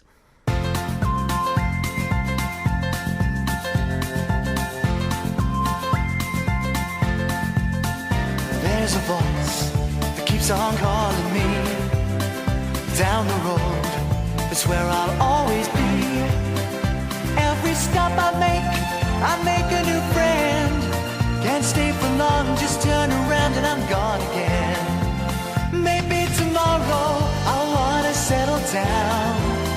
Until tomorrow I'll just keep moving on down this road that never seems to end. When new adventure lies just around the bend. So if you wanna join me for a while, just grab your hat, come travel light, that's old style. Maybe tomorrow I'll wanna settle down. Until tomorrow, the whole world is my home. So if you wanna join me for a while, just grab your hat, come travel light, that's old style. Maybe tomorrow I'll wanna settle down. Until tomorrow, I'll just keep moving on.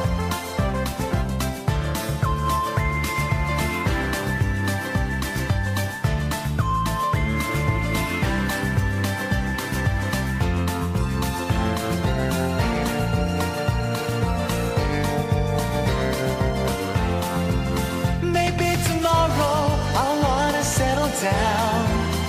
Until tomorrow, I'll just keep moving on. There's a world that's waiting to unfold, a brand new tale no one has ever told. We've journeyed far, but you know it won't be long. We're almost there and we've paid our fare with a hobo song. Maybe tomorrow I'll wanna settle down. Until tomorrow, I'll just keep moving on. This is Iain Lee on BBC 3 Counties Radio. Okie dokie. Fader's open, Wilson. There's no going back. Now, I can't remember. Why did we... I don't even know why we agreed to this. Wilson is a young man who is... Happy birthday, by the way. Thank you. 10 years old today. Yeah. What does it feel like being 10? Not really that different to being 11. Well, hang on, you've not been 11 yet. Oh, yeah, 9. Unless it's Benjamin Button. Unless he's living it backwards. I think he let a little slip there. He's a time traveller. And your wife, what does she think about you being 10? Is she happy that you've reached double figures now? I don't have a wife. Okay, well, I'm sorry to hear that. I'm sure I'm sure she'll come back. Now, you got in touch, and I can't remember how this happened. And you basically said you wanted to produce the show. Yeah. Why did I say yes, Catherine? Why did I say yes? 'Cause you'd fallen out with me at that point. Yeah. I was eyeing up a new producer, and okay. Why do you want to produce the show, Wilson? Because I really like you, because you're a brilliant presenter. Yep, keep this coming. I've been listening to your past shows. Yeah. And I really enjoy them. There you go, you see. Now can I just thank you? Well done on sticking to the script, Wilson. Oh, button it, Bets. That is respect, okay? And everyone that says we're living in broken Britain and, it's all kids running around off their minds on hooch and stuff like that, that's the future. Wilson's the future, and the future is bright. Okay, well, you... I know exactly who you are, don't I? Hang on a second, let me get me... Speaking of broken Britain. Speaking of broken Britain, this is... Broken Britain. Yeah, there we go. I am broken Britain. That's you, isn't it? Yeah, that's me. And this is also you. You are listening to Iain Lee, BBC Three Counties Radio. What an idiot. Yeah. That guy said that. And then he gets in here and he's sucking up to you. That guy said that. Well, we'll let him off, because that's why he's being so nice. I believe they call it trolling. I think. Are you trolling me? No. Okay. Anyway. So, all right then, the show's yours. What do you want us to do? I got to warn you, we haven't got Dealey, because Dealey's off on a boring story. We've got to do a couple of boring stories, because we're the BBC, and that's sort of what we have to do. One of those B's stands for boring. I can't tell you what the other B stands for. When you're 18, I'll send you an email. Probably 8 years' time, it'll be just like... a thought mail. Mind mail. I'll send you a mind mail. Yeah. And that'll be the image on the computer. That'll be that. So what do you want us to do? Well, I had a few topics for what we were going to do. Okay, well, let's 03 459 455 505. He's 10 years old. Come on, guys, call in. What do you want us to do then? We'll do it. One of the topics was, what have you ever thrown out of a window? Oh, I was about to mime smoking a cigarette then. It's a vape. What have you ever thrown out of a window? I don't think I've ever thrown anything out of a window, because that's kind of a naughty thing to do. I mean, out of the... Go on, Catherine. Catherine mimed throwing up there. Yeah, I did. I threw my lunch out. But of a house... Now, do you mean a house window or any window? Any window. It was out of my house because... You threw up out of a house window? I was a student. The toilet was upstairs. There were people in the living room. Do you feel free to question her further, Wilson, if you like?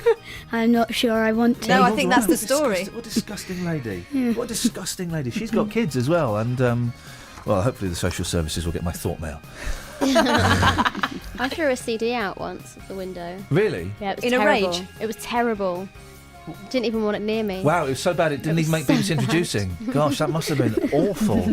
I had an argument with a girlfriend once and threw... Her out. Wow. No, I threw Darius's autobiography out of the window. Oh! Yeah. I had a bin bag full of my housemate's clothes that I threw out of a window. Wowzers. He was annoying me. We went away, the girls, because I live with 7 people. Don't do that, Wilson, when you go to university. So that makes 8 people in total? Mm-hmm. Wow. It was horrible, right? That's a lot of people. The flat was a tip, man. right? That's going to stink. There were 3 of us girls, the rest were all boys, right? When we went away for the weekend, the girls, we came back to find that the sofa had been removed from the living room and they put a weights bench in instead, which then they proceeded to hang, because they were rowers, hang like their dirty rowing kit off. And it was just a pile. Oh, it was horrible. So one day I got the whole lot out the window. And how did that go down with the rowers? Don't care. Yeah. 03459 455 555. Wilson's come up with all this stuff all by himself. He's chucking it out. Yeah. We may not get any calls. Don't take it personally. No, I don't really mind. Sometimes I throw gold out there, absolute gold. And we get, for example, this morning I'm asking, what have you blocked? Nobody's called in.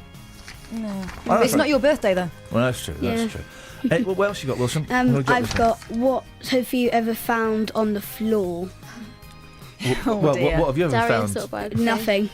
You've never found anything? No, well, nothing of interest apart from stone and cement, and that's it. Well, that is the mud. floor. That's the floor. Yeah, That's not what floor have you found.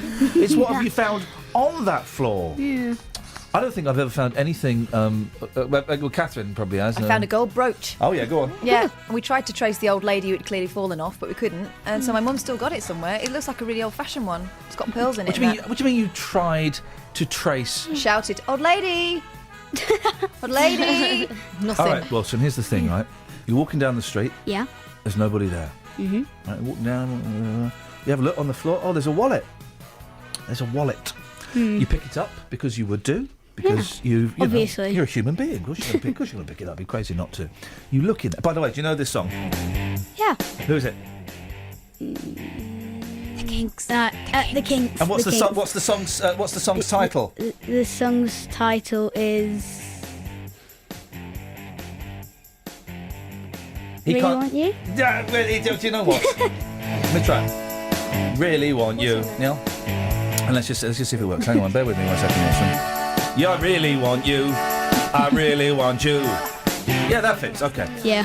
You find a wallet on the floor, right? Yeah. There's £20 in there. Think of all the I don't know, like Lego. What are you into? I'm into Star Wars. Think of all the. Do you like Lego? Yeah. Think of all the Lego Star Wars you could buy for 20 quid. Not a lot actually, because it's well expensive. Yeah. So there's £20 in there. Yeah. What do you do with the wallet? Most probably sell it, and then you have most free make more, or just return it to the man. No. Mum and Dad are jumping up and down in fury. He's broken. Wilson's broken. We brought the wrong Wilson. I like your style. You'd sell the wallet. Yeah. Where would you sell it? Wherever I could. Yeah, you just go around. Well, first I would try and find who it is. No. because- That was the second thing you Yeah. said. That was the second thing you said. The implication being, if you couldn't find a buyer for the Yeah. wallet, then you'd go, no one's buying it. I'll send it. Okay, there's no name in it. There's no Yeah. address. It's just like a wallet. It's got 20 quid in Yeah. it. If it's a random wallet, I'm just gonna take the money and sell it. But then Unless somebody walks up and says, Yeah. "Hang on, that's my wallet." But and then also in the wallet, and I failed to Yeah. mention this, there's a picture of 2 babies and a puppy. Still want to sell that wallet, Wilson? no. Yeah, you see?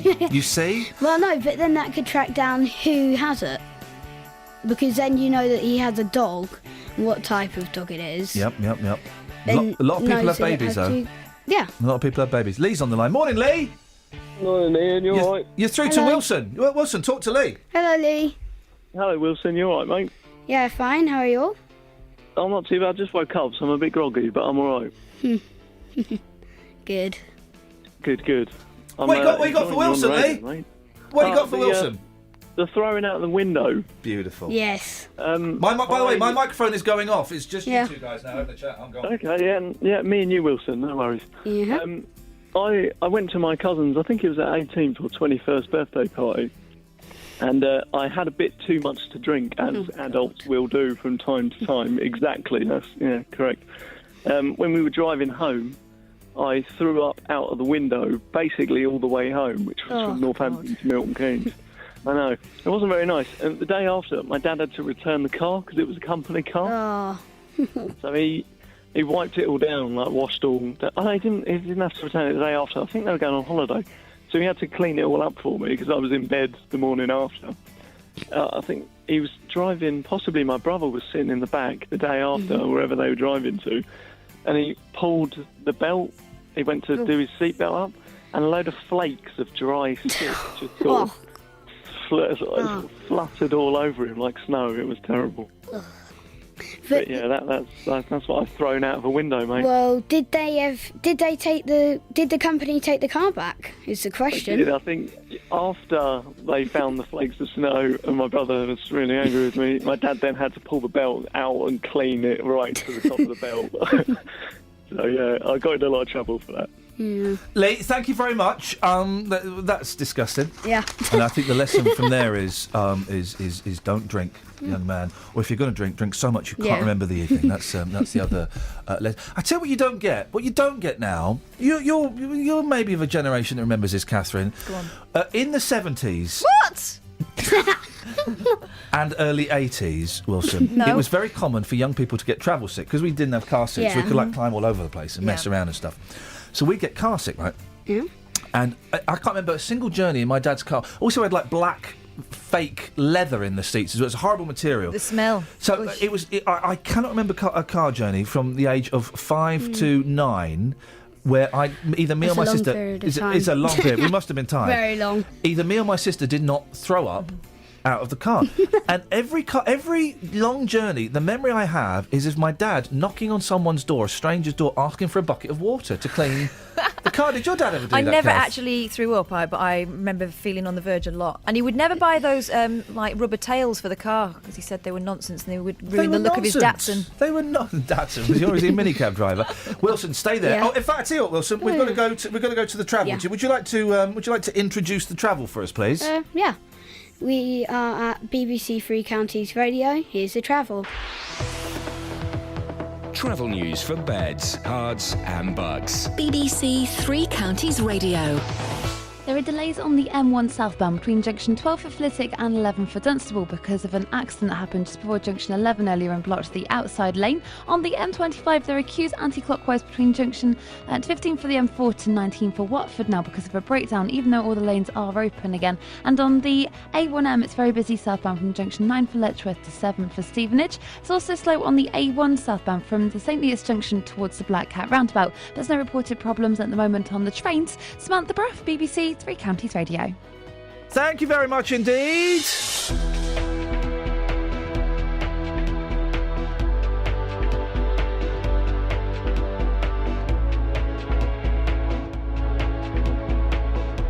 7:46, BBC Three Counties Radio. These are your headlines on Thursday, the 22nd of October. Luton Borough Council is considering legal action over the number of homeless families from London being sent to the town. Police have praised the bravery of 2 teenage girls for giving evidence against a Luton man who assaulted them at a public swimming pool in Aylesbury. And protesters gathered outside Milton Keynes Council last night to support community groups staying at the Buzzy. And now Wilson is going to introduce the weather. This is BBC Three Counties Radio. It's good. And here's the radio. Oh, the weather. Oh, the weather. The weather on the radio. The weather on the radio. Roberto better be worried. He better be... Beds, Herts and Bucks weather. BBC Three Counties Radio. Hello, good morning. It's a very mild start to the day today. We've got lots of thick grey cloud around as well. It's not a very promising start, but it will slowly get better as we head into the afternoon. Maybe a few outbreaks of just light patchy rain and drizzle around this morning, and then things improving as we head into the afternoon with some brightness and probably even some spells of sunshine developing as well. A fairly brisk northwesterly wind throughout, but all in all, it's a nicer day than we saw yesterday, and certainly will end on a dry, bright note. So top temperatures today up to around 14 Celsius. It's not too far off what we've got at the moment, in fact, but it will feel a touch fresher this afternoon despite the brightness. Now into this evening and overnight, then it's going to be quite cloudy again. The cloud will re-thicken and we'll see lows of around 9 degrees. It should stay mostly dry. Tomorrow again mostly dry, perhaps a few spots of rain falling from the thickness of the cloud. Overall a cloudy day tomorrow, a bit more significant weather over the weekend. We'll see some outbreaks of rain on Saturday afternoon, then quite a chilly night on Saturday into Sunday. Sunday, lovely day with plenty of sunshine and it will stay dry. That's the forecast. On BBC Two. Our ancestors took this land, and it has been strengthened with our blood and bone. Send word to rouse the country. I want every man inside this fortress, and every man must be prepared to die. A new, epic 8-part series based on the novels by Bernard Cornwell. Soon all the kings in England shall be kings of nothing, and then the greatest prize is the last kingdom. The birth of an England, the idea of a single kingdom has to begin here. The Last Kingdom starts tonight at 9 on BBC Two. This is Iain Lee. On BBC Three Counties Radio. All right, here's our next caller. His name is Tony. Good morning. Hello, Tony. Hello, okay, I'm calling in response to your question about things that have been thrown from the window. Mm-hmm. This story goes back many years. I should probably qualify this by saying that I'm in my mid-30s now and considerably calmer than I was at the time. So back when I was maybe about 17 or so, there was an occasion when I was upstairs working in what would have been my bedroom at the time, working away on my computer, probably doing some work for school, and the computer I was working on crashed. Okay, no. Right, so around about this time, back in the late 90s, computers they had something called a base unit, and this was a box that was about the size of a suitcase that held all the gubbins for the computer. Yeah. So I then proceeded to, in absolute fury, pick up the computer base unit and throw it from the window of the upstairs room I was working in. Oh, it was upstairs as well. It was upstairs. But it gets better. I threw the box out of the window. The box landed in the back garden on top of the garden table. Okay? The top of the garden table bent at an angle, and the box then ricocheted back towards the house and broke the kitchen window. Yeah, that's what happened to me many moons ago. I wouldn't do it again, and when my mother returned some hours later, she found me in the kitchen, full of glass, with a new pane of window ready to go in, and myself with my tail between my legs, trying to explain what had happened. Excellent stuff, Tony. Thank you very much. Good call. Here, next up, here's Rosie. Oh, hello. Hi, Wilson. Hello, Rosie. Hi. Another window story for you. Yeah? Fairly disgusting, this one, actually. Again, a long time ago, because I'm quite elderly, and my brother was 3, and I was 8, and I was listening to a vinyl record. You know what those are, don't you? Oh, yeah. And it was called Squirrel Nutkin. And I'd listened to one side, and my brother came in and wanted the same side, and I said no. My mum sent him to his room, and he threw his coffee at the window. Oh. But the thing was, it broke the window, sailed out through the window, and it wasn't empty when he threw it. Oh. That's not good Now, whatsoever. Wilson, if you did something like that, Yeah. I've met your dad. Is he? Well, he looks like a pushover, to be honest. I'm wondering what type of punishment you would get if you did something like that. Would you get a sound thrashing? Would you be grounded for a month? What would happen? Even more, Ian. Really? Yeah. Yeah, good. Much more. This is why you're so polite. This is why you're doing such a good job, Mum and Dad, who I can see through the glass, because you're old-fashioned, traditional punishments. Do you get pocket money? Yeah. What's the deal? Because listen, I've got 2 boys, 5 and 3, so I've got a few years to go yet. Thank you, Rosie. What's the deal on pocket money? What's the going rate these days? I used to get £5 a week Flipping heck. from my mum and from my dad. Yeah, I hope it's gone down since then. No. How much do you get now? Well, whenever I wanted a raise in my pocket money, A I had raise? to What the hell write is this? I had to write a little slip for them to sign. So hang and on I got a raise to to £12. But there's 7, but they each give me £7 a week. Well, that makes £14. Oh yeah, I didn't work that one out. Yeah, 14. They've had you for a pub. Yeah, £7 each. That's £12 in total. Will. Yeah, 14 quid a week. What do you have to do for that? Got chimneys? What do you clean their cars? Just do things like hoovering the upstairs. My job is upstairs. He's earning more than me. Hoovering the upstairs toilet. Yes. And you got carpet in the upstairs toilet. Not toilet. How common. Oh yeah, toilet. Carpet in the upstairs toilet and the full upstairs, but downstairs we're going to get wood, I think. Yeah. And here's a tip for when you grow up, and this, trust me, when I was a kid I thought carpet in the toilet, the coolest thing ever. No, get rid of the... Hey, do you remember, you won't remember this. No. Because you're 10. In the 70s it was fashionable to have carpet on the toilet seat cover. Do you remember that? Do you remember that? To match a carpet in the Yeah, my nan used to have that green carpet on the toilet seat cover. You couldn't have... Just thinking of having carpet on the toilet seat is horrible. But then green... Trust me, the 70s were horrible. You'll see all these programmes saying the 70s and 80s, oh, they're so cool. They weren't. They were flipping horrible. My nan, my great-gran in the 70s, still had an outside toilet. That's how old I am. I'm old enough to remember not wanting to go to Nanny Menegin's because she had an outside toilet and I have to go outside. Scraps of newspaper on a little bit of string! Get this, Wilson. Do you know what my grandparents used to keep in the toilet? All the fizzy pop Because it was the coldest room. So you'd have that in there. I used to spend a long time in there drinking all the pop. We're getting. By the way, we're going to go to the story in a second. We're getting Alan Sugar here on the text. Wilson, you're hired. And so, what is this, Steve? I love how Wilson has had more calls than Iain ever gets. Steve, No. Well, actually, you've come up with a blinder. Can I do? I've got to do a little bit of business. Yeah. Come back to you in a second. All right. Okay. Thank you very much indeed. 03459 455 555 is the telephone number. Now, protesters marched on last night's full council meeting at Milton Keynes to show their opposition to a number of cuts affecting the community. The activists, led by MK People's Assembly, presented a petition signed by over 3,000 people to save the Buzzy, a community space near to the train station. And they also have concerns about plans to close some fire stations and remove funding for the YMCA Homeless Centre. Well, Kevin Vickers is the chair of Milton Keynes Against the Cuts. Kevin, what happened at last night's protest? It was amazing. There were over 100 people walking through the streets of Milton Keynes, chanting no more cuts and defending public services. So it was really amazing to see so many people out and all in support of community assets and in support of firefighters and in support of services for young disabled people. So it was a brilliant evening. What did the council have to say about it? Well, it's really interesting, actually. It's actually quite a complicated situation. I mean, there are three separate but related issues. You mentioned the Bussey building, which is a community space, it's a community asset. You also mentioned the fire service and the YMCA.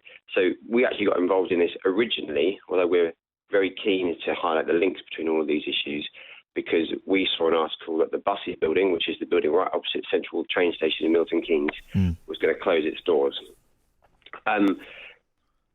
Once you start looking into this, you find out that actually that building is owned by Milton Keynes Development Partnership. They are owned by the council. And when you ask questions of Milton Keynes Development Partnership, they say it's nothing to do with them. It's actually all to do with the council in terms of the way this building is funded. And last night at a council meeting, the leader of the council, who's actually on the board of the Development Partnership, said that the revenues that are used for that building are actually nothing to do with the council. It's all to do with the Milton Keynes Development Partnership. So that was the line that he took, completely contradicting the chief executive of the Development Partnership, who said that it was a council decision.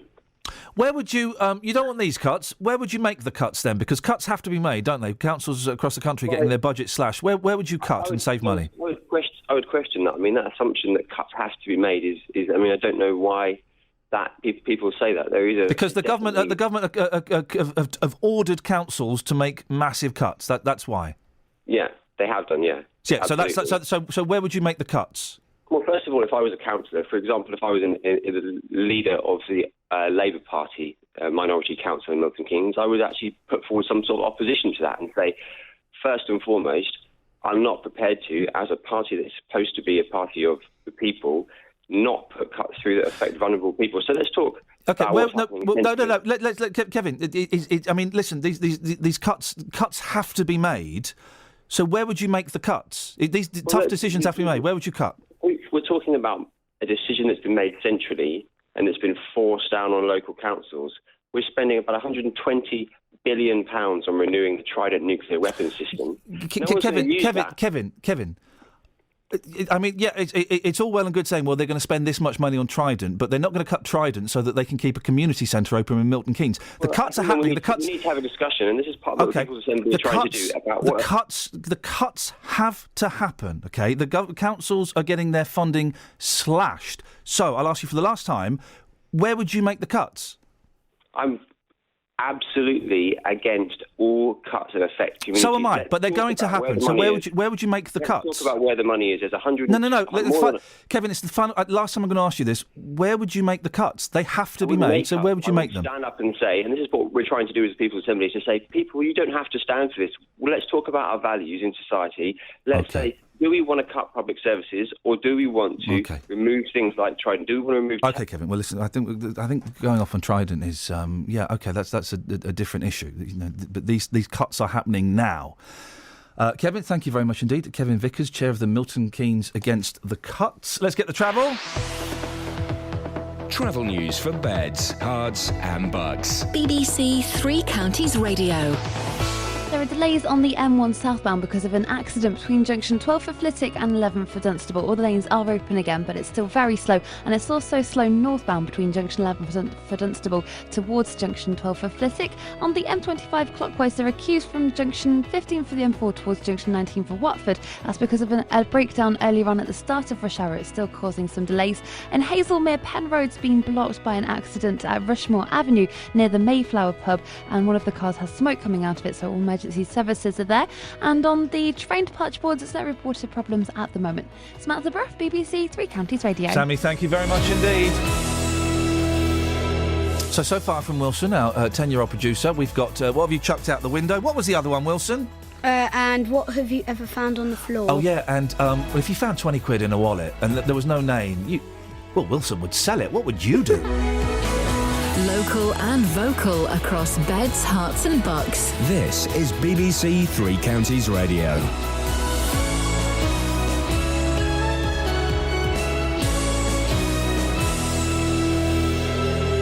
It's 8 o'clock. I'm Simon Oxley. The headlines: Luton Council considers legal action over influx of homeless families from London.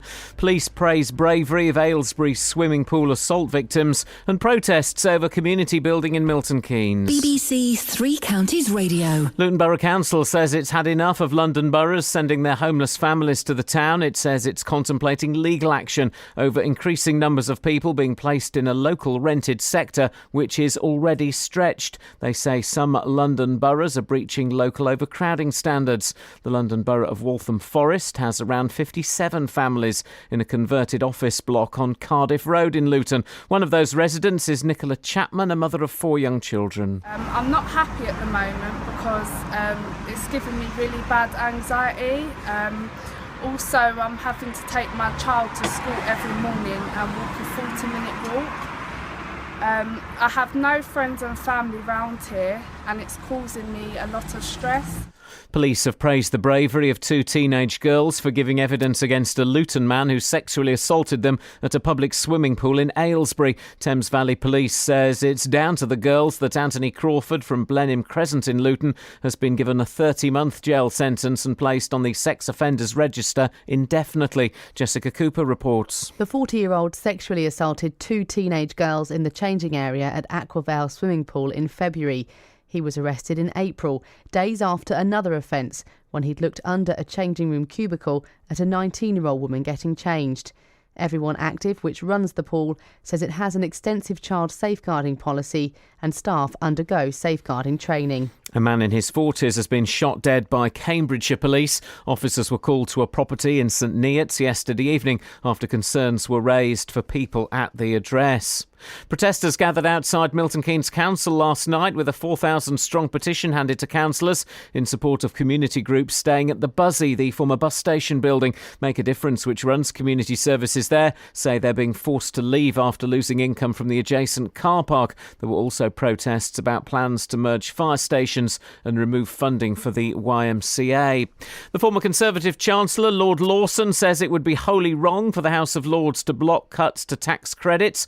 Lord Lawson says reforming tax credits may need tweaking, but he's urging peers not to block cutting them. Wholly wrong constitutionally, wholly wrong for the unelected House of Lords. They can debate the thing and should debate it, should argue about it, but to do anything that would kill something of a financial nature which has been through the House of Commons, approved by the House of Commons, not once but twice. Great British Bake Off winner Nadia Hussain from Luton is coming back to the town next month to switch on the Christmas lights. Nadia says Lutonians were very supportive during the show and she's honoured to be coming back for the switch on Saturday, November the 28th.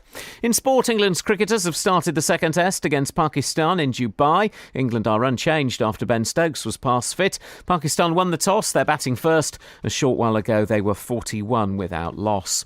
The weather, a cloudy start with some rain, but improving with sunny spells this afternoon. A maximum temperature 14 degrees Celsius. And you can get the latest news and sport online at bbc.co.uk/3 counties.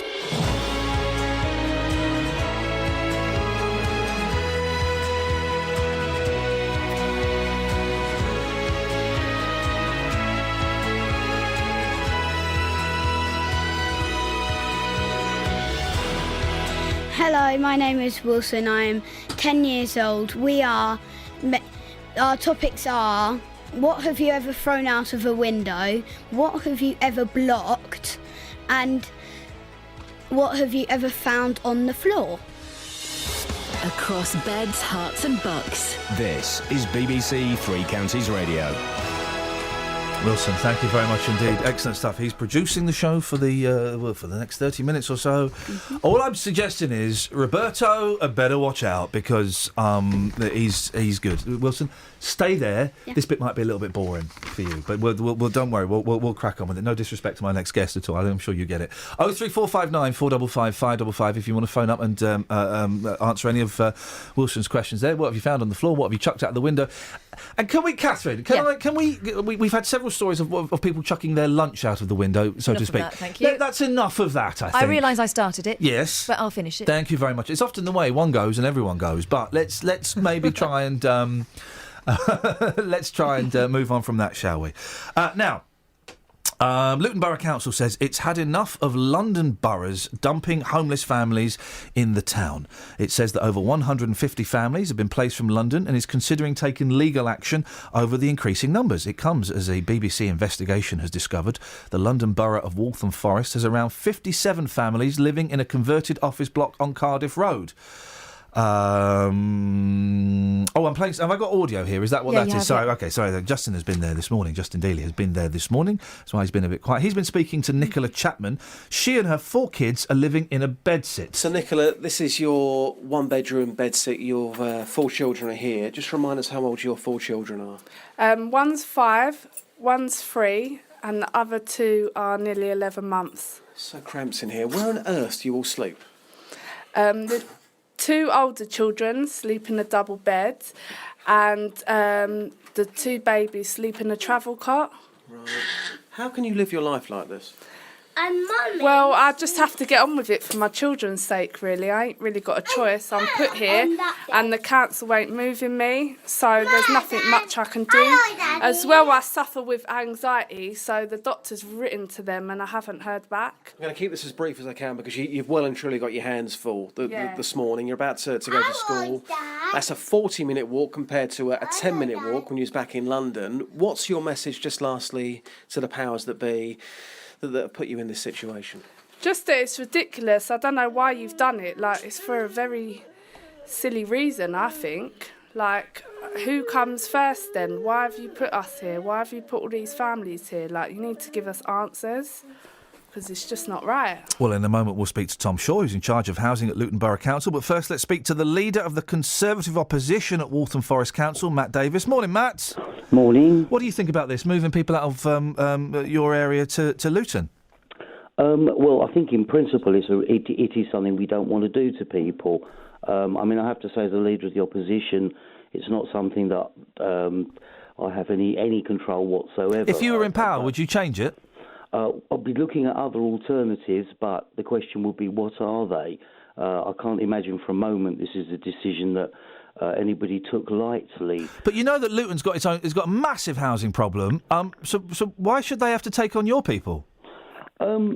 Well, I think it's kind of to put it in those terms. That's a very parochial point of view to take. Well, there are people in Luton who are homeless. I'm sure there are. And so why should they take people from Waltham Forest? Are equally bad, but that's for Luton Council.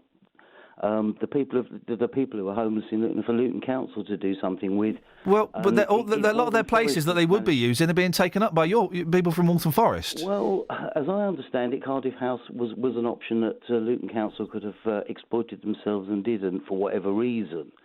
Well, I tell you what, we've got Tom Shaw here from Luton Borough Council. Tom, why did you not exploit Cardiff House? Because in Luton we would not consider doing the overcrowding what Waltham Forest has done. In one flat there, you got 4 children, 2 grown-ups in a 1-bedroom flat. We looked at that block of flats, and I tell you what, for a councillor, I don't care where you're from, to consider overcrowding the way you've overcrowded that block is absolutely unbelievable. I can't believe that you come on the radio trying to defend that. It's like going back to Cathy Come Home days. It's absolutely disgusting. Outrage is not called for here, sir, and as I did say earlier... There is a call for outrage when you're overcrowding proprities. On this, wasn't my. This is not my decision, and certainly it doesn't. It is not good to have people overcrowded. But Matt, you've just. If that family was still in Waltham Forest, they'd be in a hostel, which is a worse situation for them to be in.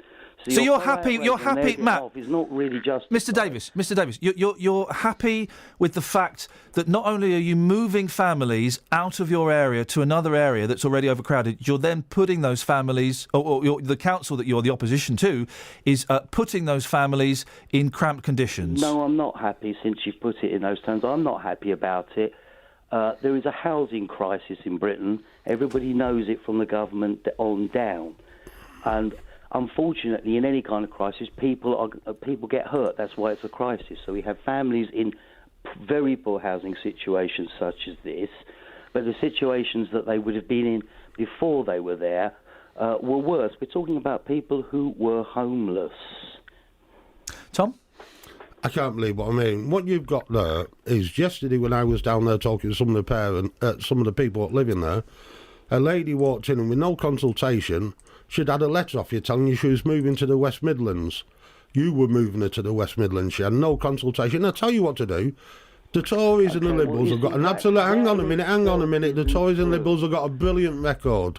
You know, absolutely perfect record. They built less social housing than anyone else ever. Let Mr. Shaw finish. Matt, let Tom finish, and you'll come back. I promise. Your record is abysmal. Simply for him to have a rant. No. We've not set Matt. We've not set anybody up. Just listen to what he has to say, and then we'll come back and hear your point. I mean, one of the answers, and we're quite happy to host it in Luton. Boris has got an actual housing responsibility. Brandon Lewis, your housing minister, it can't be allowed to carry on the way it's carrying on. We will be quite happy to host a meeting in Luton for them to come up with some of the other London boroughs. Barnet's got 50 families in Luton now, we found out in the last few days, at the same time as they're knocking down a massive council estate. All right, Tom, let Matt come in. Matt? Well, strange point to bring me in, really, but... in Waltham Forest, there is a considerable quantity now of building taking place in order to attempt to accommodate people in the situations of those in Cardiff House. But those units are not finished, so there's nowhere to put people. I don't dispute that this is probably something that is not at all welcome by Luton Council, but these are people who are homeless. Where would you suggest they go right now? Not when in these properties, world, or in the future when the new stuff's been built. Where would you suggest they go right now? Matt, there is nowhere here. Matt, when the new properties are built, will you be taking the people back from Luton into Waltham Forest? Again, not being the person in charge of this, I can't make it. We know the answer to that. I would very much hope that is exactly what we will attempt to do. I would imagine that wouldn't be the case. That there would be the list by the time those properties are finished would be of people wanting properties would be even bigger. Tom, do you not have any sympathy? I know that's you imagining. That's not necessarily. That's why I prefaced it with. That's why I prefaced it with. That's what I imagine. I wasn't stating it as a fact. Tom, have you got any sympathy for Waltham Forest? Because they're struggling. Everyone is struggling. Everyone is struggling. We're all struggling. We've converted 4 office blocks in Luton, but we've converted them into 2 and 3 bedroom units to take care of the families. To shove 6 families in a 1-bedroom flat, and the woman having to walk 20 minutes each way to school and back in the rain. Luton Council's got to pick up all the healthcare costs of these people and everything else. I just think it's wrong. But we're quite happy to sit down with anybody and talk about it. Waltham Forest has got land. We're very good in Luton at putting financial packages together. We'll try and help wherever we can, but we've got our own homeless problem as well. You've suggested, Tom, that you might take legal action. Is that a possibility? If it carries on with the statutory overcrowding, the officers are talking to the senior officers at Waltham Forest. I will have absolutely no problem at all telling the officers enough is enough. We can't have 6 people in a bedsit flat. Because the thing is, the last time you took on another authority, Central Beds, you took them to court about housing, you lost the case, and you spent something, we never got an exact figure, but something like £150,000 was lost. No, that was only on one part of the case. The second part of the case, their local plan was withdrawn, but the working you relations... You lost the case and you lost £150,000. Yeah, you lost the case and you lost £150,000. Are you saying that you are prepared to risk more taxpayers' money to take in all of these London councils? If I've got to take London councils on, I will do, yes. But you might not win. But I might win, and Wow. even if I do win, Tom, it's not your money to play around yeah, with, but mate. even if I do win, 150,000 is one house. If I can get that block of flats or block of flats in Luton and put 50 people in, it'd be a cheap win as far as we're concerned. But We're that's if spending you £1 win. million a year on temporary accommodation. Your track record in these cases is not brilliant. You've already wasted a lot of taxpayers' money. With central beds, that was over 4,000 or 5,000 houses. Yeah, and you lost. Yeah, and we want some of the houses. We'll end up with some of those houses along the line. But you somewhere. lost the court case, We and lost and it cost you £150,000. I'm not disagreeing with you, but it's worth. That's one house. You're if I can prepared get to gamble. if I can get 500 houses out of a deal, why shouldn't I? Prepared to gamble more of your taxpayers' money on what is basically a punt. It's not a punt at all. If you go down there, you've got 6 people in a bed set. That is statutory overcrowding. Yeah, no, I know the overcrowding, but the legal case is a punt, isn't it? The one against Central Beds was a punt, and you lost. No, it's not a punt. It's I believe everyone's entitled to decent housing, and we've got people in the town now what haven't got decent housing. I will fight on their behalf and not stop fighting on their behalf. And if it means taking on another council, I don't have a problem with that. But it's not your money to waste. But it's my job to get as many houses as I can for people in Luton. Right. Tom, listen, thank you very much, Matt. I appreciate your time this morning. Thank you very much, Tom Shaw, charge of housing at Luton Borough Council, and the other voice you heard there was Matt Davis, who's the leader of the Conservative opposition at Waltham Forest. Let's get the travel. Travel news for beds, cards and bugs. BBC Three Counties Radio. There are very long delays on the M1 southbound from junction 13 for Bedford towards 11 for Dunstable because of a 2-car accident earlier. All the lanes are open, but it's very busy. On the anti-clockwise M25, it's slow from junction 20 for Kings Langley to 16 for the M40. And in Hazelmere on Penn Road, there's been an accident at Rushmore Avenue, so it's partially blocked near the... it's been blocked at the Mayfair pub. And on the A1, it's slow southbound approaching the Black Cat roundabout from the St Neots junction. Samantha Bruff, BBC Three Counties Radio. Sammy, thank you very much. Right, where are we? 8:16. Blimey, look at the time. Look at the time. 8:16. It is Thursday, the 22nd of October. I'm Iain Lee. These are your headlines on BBC Three Counties Radio. Luton Borough Council is considering legal action over the number of homeless families from London being sent to the town. Police have praised the bravery of 2 teenage girls for giving evidence against a Luton man who assaulted them at a public swimming pool in Aylesbury, and protesters gathered outside Milton Keynes Council last night to support community groups staying at the Buzzy. Every weekday morning. Good morning, Jonathan. Morning. Do you think it's right to tell 1 million disabled people they should get off benefits and find a job? Have your say on today's big phone-in. People who are going to be a nuisance are going to be a nuisance regardless of whether there are things to do. Is it true that people over the age of 65 drink far too much booze? The JVS show fights for your rights and tackles your consumer problems. Waited and the receipt came out, but the cash didn't. It's become a problem of late because obviously the trees got bigger as we got here. We couldn't shut the French windows. It would appear that they'd buckled. I had a phone call from my daughter saying if we don't get off the train, they're going to hand us over to the British Transport Police. The JVS show, weekdays from 9 on BBC Three Counties Radio. This is Iain Lee on BBC Three Counties Radio.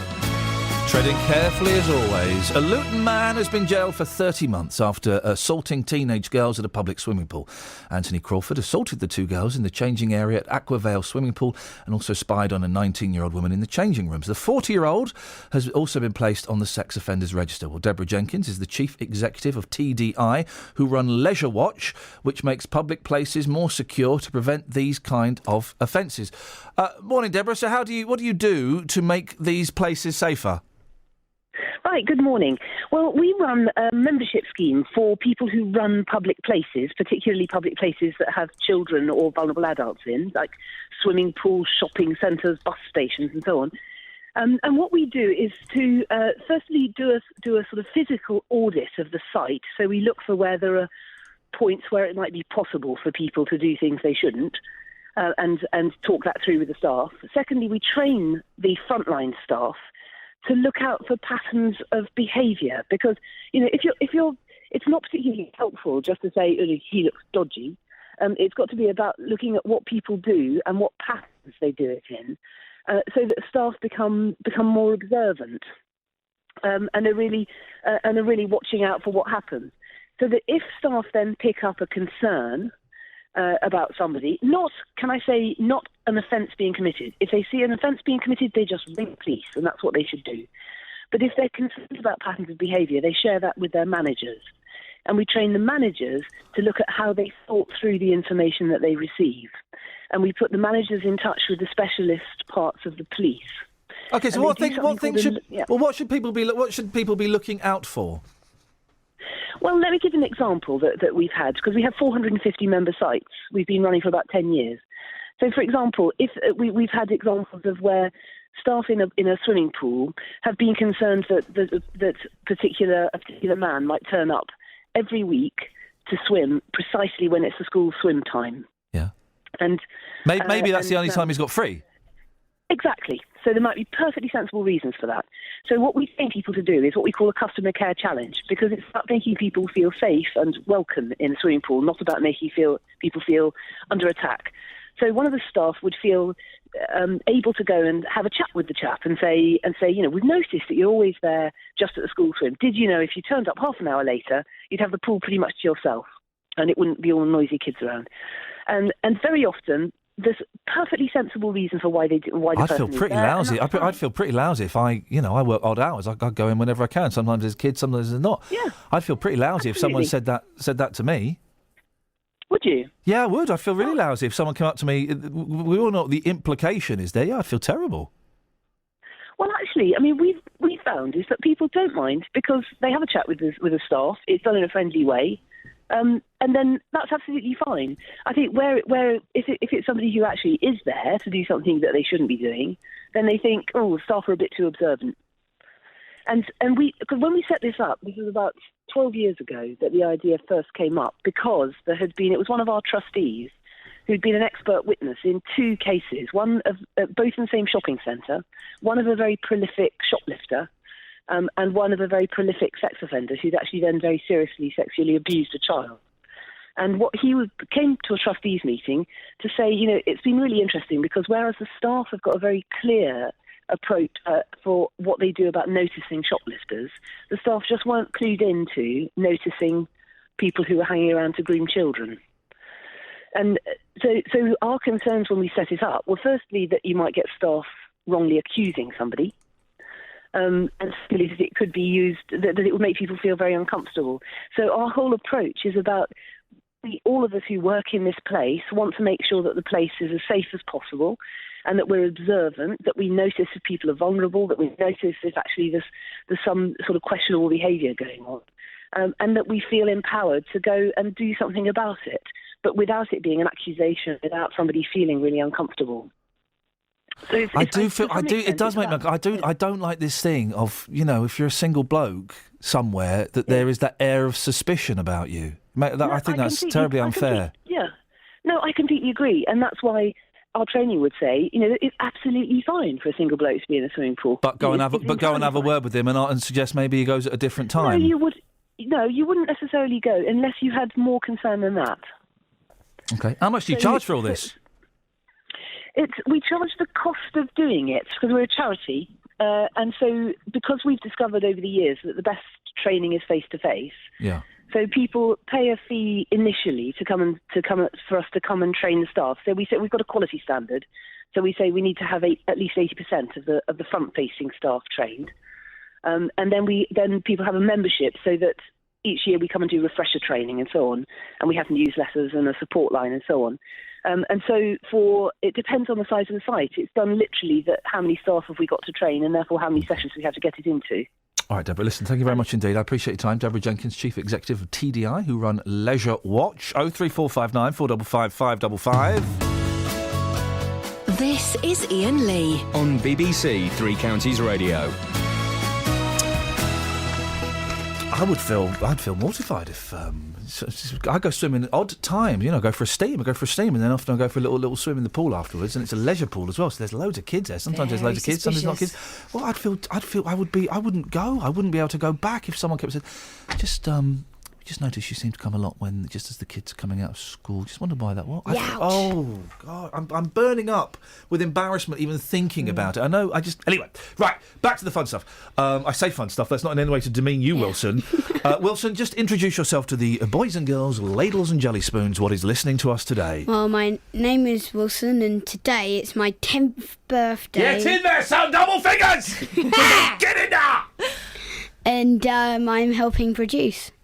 Okay, and I'll be honest, Kath. He's doing it himself. He's shaming me, and he's shaming the other presenters that finish after that start after me when I finish at 9 o'clock. The comments have been made on Twitter that actually he's too good and we ought to fire him off quick before he shows us up anymore. Massage his ego with 2 Twitter comments. Give him 2. Well, and then give him a nasty one like I get every single day. Give him one of the rude ones. Well, let him know what it's like. Scott Balk says that Wilson is a geezer. Scott Balcony doesn't count for anything. The man's a lunatic. Ian, you need to get rid of Wilson. He's too good. Well, no, just do the first bit. You need to get rid of Wilson. Thank you very much indeed. You hear that, Wilson? They hate you. Angela's on the line. Morning, Angela. Good morning. Happy birthday, Wilson. Thank you. You're through to Wilson. I'm turning my microphone off. Away you go. Hello. Hiya. Happy birthday. Fine. Thank you. We've all done it. Right. I've got a story about throwing things out of windows. Yep. My husband, when he was little, they've got a very big family, and they had a christening. I think it was his little sister. But he also has a doll that's like the size of a toddler. So they thought it'd be funny to throw it out of a window attached to a bit of string and scare everybody sitting downstairs. But unfortunately, it's quite a heavy doll with a very thick plastic head. I can imagine. And it kind of went out the window, swung round, hit the window, shattered the whole thing over his grandmother. That's in the church as well. And they still talk about it after 30 years. Yeah. And how just terrifying this doll is. So, here's the thing, Angela. Most dollies, and I've got boys, so we have very few dollies in our life, but I remember there was one point when my youngest got obsessed with a friend's dolly, and we borrowed it for a bit. Most dollies are flipping terrifying, aren't they? Oh, my God. He still has this thing. It's called Buddy. I had to ban him from moving it into the house. It terrifies me. It's like Chucky on acid. Well, the thing is, imagine... Go on. I can't believe that survived. Through going glass... Evil. It's an evil dolly. Like, did it have... When you found it in the rubble, I'm imagining, or did it come up on the... Was the rope still attached, or did it cut? No, it was still attached to the rope, so it was just hanging there. Horrific. Did it... Horrific. Angela, listen, thank you very much. I'm really sorry we've got to do this, Wilson. Yeah? I'm embarrassed we've got to do this, but we've got to do it. It's Peter in Walmer Green. Morning, Peter. Good morning. Good morning. Don't let your misery rub off. I've got no misery, that's for sure. You sure? Absolutely. I've got things that need saying, but it's not misery. Well, we've got a young man with us today. Good evening. Hang on a minute. What age? He's 10 years old today. Here we go. You're going to speak to Wilson. Wilson? Good morning, Wilson. What would you like to whinge about today? Well, don't let elders put words into your mouth. You just have to think for yourself. Anyway. He's telling you. Yeah. Go on, Pete. Well, what I wanted to say actually is, when we're living in a democracy, first of all, you shouldn't impose on councils things that they don't want to do, because that's going against democracy. That's one. Two. Don't worry, Wilson. I've got no response to that either. Yeah. Go on, carry on. Two. On the Luton people have been moved from Waltham Forest. Yes, boss. Now, they only have to pay for those people for a year and a day. So after that, Luton becomes responsible for... Cheer up, Grumpy Peter! Oh, what can it mean to a Fajita eater and a Peter from Walmer Green? You're the only chap I know that wouldn't be able to interview either Jesus or Shakespeare, because they're dead. They come from a rural background. Hello? Hello, Peter. Anything else you want to say? Sorry, I interrupted you. Go on, make your point. Go on. Well, Sorry. I mean, you wouldn't even interview Shakespeare or Jesus, you wouldn't. Yeah, and why is that? Because they're dead? One's dead and one's They fictional? come from poor backgrounds, actually. Well, Peter, I've only got one thing I can say to you. What's that?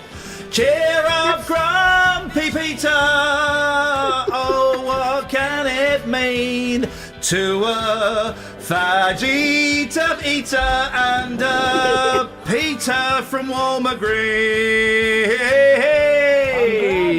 Cheer up, grumpy Peter! Oh, what can it mean to a fajita eater and a Peter from Walmer Green? I'm glad your singing voice is not very good. That's the way to teach children not to sing. All together now! Cheer up, Peter! Oh, what can it mean to a fajita eater and a Peter from Walmer Green? One more time! Cheer up, grumpy Peter! Oh, what can it mean to a fajita eater and a Peter from Walmer Green?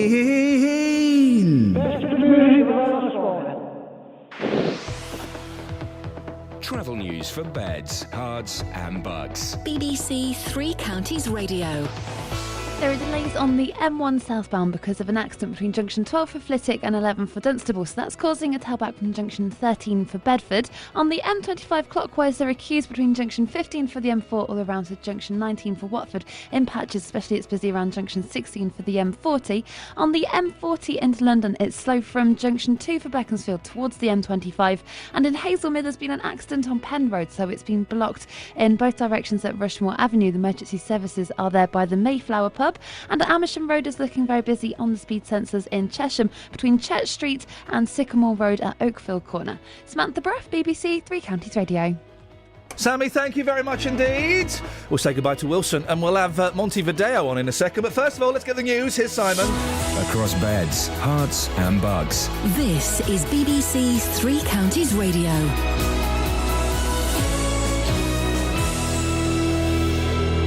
It's 8:30. The headlines. Luton Borough Council is considering legal action over the number of homeless families from London being sent to the town. Police have praised the bravery of two teenage girls for giving evidence against a Luton man who sexually assaulted them at a public swimming pool in Aylesbury. He's been jailed. A man has been shot dead by police in Cambridgeshire. The incident last night in St Neots has been referred to the Independent Police Complaints Commission. And protesters gathered outside Milton Keynes Council last night to support community groups staying at the Buzzy, the former bus station building. Three Counties Sports. BBC Three Counties Radio. England have taken 2 early wickets on the first day of the second test against Pakistan in Dubai. A short while ago, Pakistan was 64 for 2, with wickets for Moeen Ali and Ben Stokes. In last night's Champions League matches, Manchester City scored a stoppage time winner to beat Sevilla 2-1, whilst Manchester United drew 1 all the way to CSKA Moscow. City manager Manuel Pellegrini was delighted with Kevin De Bruyne's late strike. I think it's very important for him. We tried to make some change because we are not arriving to their box. We are not creating chances. That's why we put Kevin in front with Yaya. Fortunately, we create that play that finished with the goal. In the Europa League tonight, Liverpool play their first home match under new manager Jurgen Klopp as they host Rubin Kazan. Tottenham are away to Anderlecht. And Milton Keynes Dons are down to 20th in the Championship after Brentford won at Wolves last night and Leeds drew at Fulham. Luton Borough Council have welcomed Luton Town's plans to develop land at Junction 10 of the M1 to finance a new stadium elsewhere in the town. Labour's deputy leader on the council, Sian Timoney, told BBC Three Counties that the stadium itself would not be at Junction 10 but wouldn't reveal the possible sites for relocation. That would be down to the club, and I know that they've got a couple of options that they're currently looking at, but it wouldn't be on the Junction 10 site. It wouldn't be for me to say, well, I think they should go here, I think they should go there. Yeah, but you must have had a conversation with them. I mean, you're all working together. You must know what they're thinking. Yeah, I do. I know that they're looking at various sites, and it wouldn't be right of me to name them. And in boxing, Hatfield's Billy Joe Saunders appears at a London press conference today with Ireland's Andy Lee ahead of their world middleweight title fight in Manchester in December. BBC Three Counties News and Sport, the next full bulletin at 9. Local and vocal across A little beds, bit premature there. Sorry, Herts Simon. and Sorry, bucks. Simon. This is Iain Lee. BBC Three Counties Radio. Are they loud? Are your headphones loud as well? Yeah. Okay, well, you've started on the long road to tinnitus and deafness, which is what my life is like. I'm glad I've passed that on. It's like The Ring, the film The Ring. If you watch the video, then you've got to pass it on. Well, I've passed on my ear diseases to you. Wilson, you've done a cracking job. Have you enjoyed yourself? Yeah, very much so. What you got planned for the rest of your birthday? I don't know. It's school now. Is it school? You're not on half term? Sorry? You're not on half term yet? No, I'm going on half term on Friday. Yeah, okay, hang on a second. I'm just doing something very, very special. You talk to him for a second. I'm just doing something very special. All right, so are you having a disco tomorrow? Yeah, we're having these... No, I'm having my disco tomorrow, but my school disco is tonight. What's this I hear about you inviting loads of birds and not many blokes? Birds means women. He doesn't watch Minder. He's not watched Minder. Well, you have though, haven't you? You're going to be severely outnumbered. Well, there's lots of girls and there's not very many boys because there isn't that many boys in both for the Year 5 classes. I've just written something. I've not done this for a long time because I get in a lot of trouble when I do this. I've just written something. Read that. And that is legally binding. Read that, Sunshine. Dear Square teachers, Wilson can have the day off school today. Iain Lee Gold Pass. And I've signed it. That is legally binding. So you can just drive past school, wave that at the squares as they're teaching their physics and their science and all of the maths and all that stuff. Go off, and leave your parents, go off to hang out in a shopping centre. Go to British Home Stores, Been talking CNA. to Wilson's mum and dad, and apparently the head teacher's listening now, so you don't even need to drive by. No, don't worry, it's fine, it's sorted. He's not coming in. I said so. I used to be on telly. Sorted. Wilson, you're an absolute legend. Right. If Dee Dee were here, he would call you a player, so it's in many ways it's good you're not here. I don't know how appropriate it is to call a 10-year-old a player. He's here. Well, go outside and meet Justin Dealey. It's been really nice to meet you, mate. Thank you very much indeed. Now, listen, one of the joys of doing this show is that we get to, we did a phone-in. What was the phone-in? Songs with... Well, Kiri misheard Kiri went nuts. a song, and she heard the word wang where there wasn't one. Yes. So we looked for the word wang where there was one. Well, now we're having a wang back. We were doing a phone-in. It's close. We did a phone-in on songs that have the word wang in, and we came up with Monty Vidal and the cassettes, Shoop Shoop, Diddy Wop, Comma, Wang Dang. Well, Catherine managed to track the gentleman down, whose real name is Murray Grindley. He lives in New Zealand, and we spoke to him yesterday. Hey, listen, man, thank you so much for coming on the show. I'm going to be honest, I was unaware of you until about 3 weeks ago, when we did a phone-in on songs with the word wang in. I know. There wouldn't be many. Well, there's more than you might think. Trust me. Okay. But so we had loads of people saying, "Oh, well, you've got to have Monty Video and the cassettes then." And I had never ever heard of this song, and I couldn't find it on iTunes, and I YouTubed it. And there it was. When I say overnight sensation, you'll take that in the way it's intended. You're an overnight sensation again, sir. How did that song come about? I'm going to have to take a minute to explain this. I was sitting at home writing a tune for my own amusement, as I often do, and being fond of nonsense lyric songs like "Dirty is just a walking down the street singing do-a-dee-dee-dee-dum-dee-dee-do," etc. Yeah. And sha-la-la-la-lee, the do-run-ron, the do-run-ron. So, I'm fond of that type of thing. Yeah. And I was sitting there writing this song called Shoop Shoop Shoop Shoop Diddy Wop, and I was doing it in a New Orleans fashion when I first wrote it, like a Dr. John type thing, like a shoop shoop diddy wop gum, etc. And this English mate of mine, Mark Ackerman, is his name, who I ended up writing the song with, walked through the door and said, "Geez, Muzz, that's a pretty catchy tune, but you're doing it all wrong." You're doing it all wrong. Only a mate can say that to you. Yeah. And I said, "Why?" He said, No. Do it English, mate. do it like Bill Wyman, just wheezing rock star. So he had obviously piqued my interest, and I went, yeah, okay. And then he said, not only that, I have a persona for you. We'll call you Montevideo. Montevideo, is it? I didn't realise. I'm so sorry, sir. Yeah, like it's Montevideo after the city, and or the country, or whatever it bloody is. But he sort of said, like, Muzz, trust me, if we do it this way, it'll be a hit. So then we sat down and wrote it together, and he said, of course, you'll have to be English, which wasn't difficult for me because I was born in Scotland in 1949 and came to New Zealand when I was 13. And due to my father's job, I moved up and down from Manchester, Southport, back to Scotland several times in my childhood. And of course, I was expert at changing my accent. Otherwise, you get your ass handed to you, you know. And you needed to be, because this carried on off air as well as when you were singing the song, didn't it? You managed to fool, am I right in thinking, every DJ in Australia? Yes, it actually was a wonderful thing because, like, if you lived in the Antipodes, you would really understand this. I mean, New Zealand, well, like, think of the All Blacks, you know. I mean, like, New Zealand really likes to get one over the Aussies.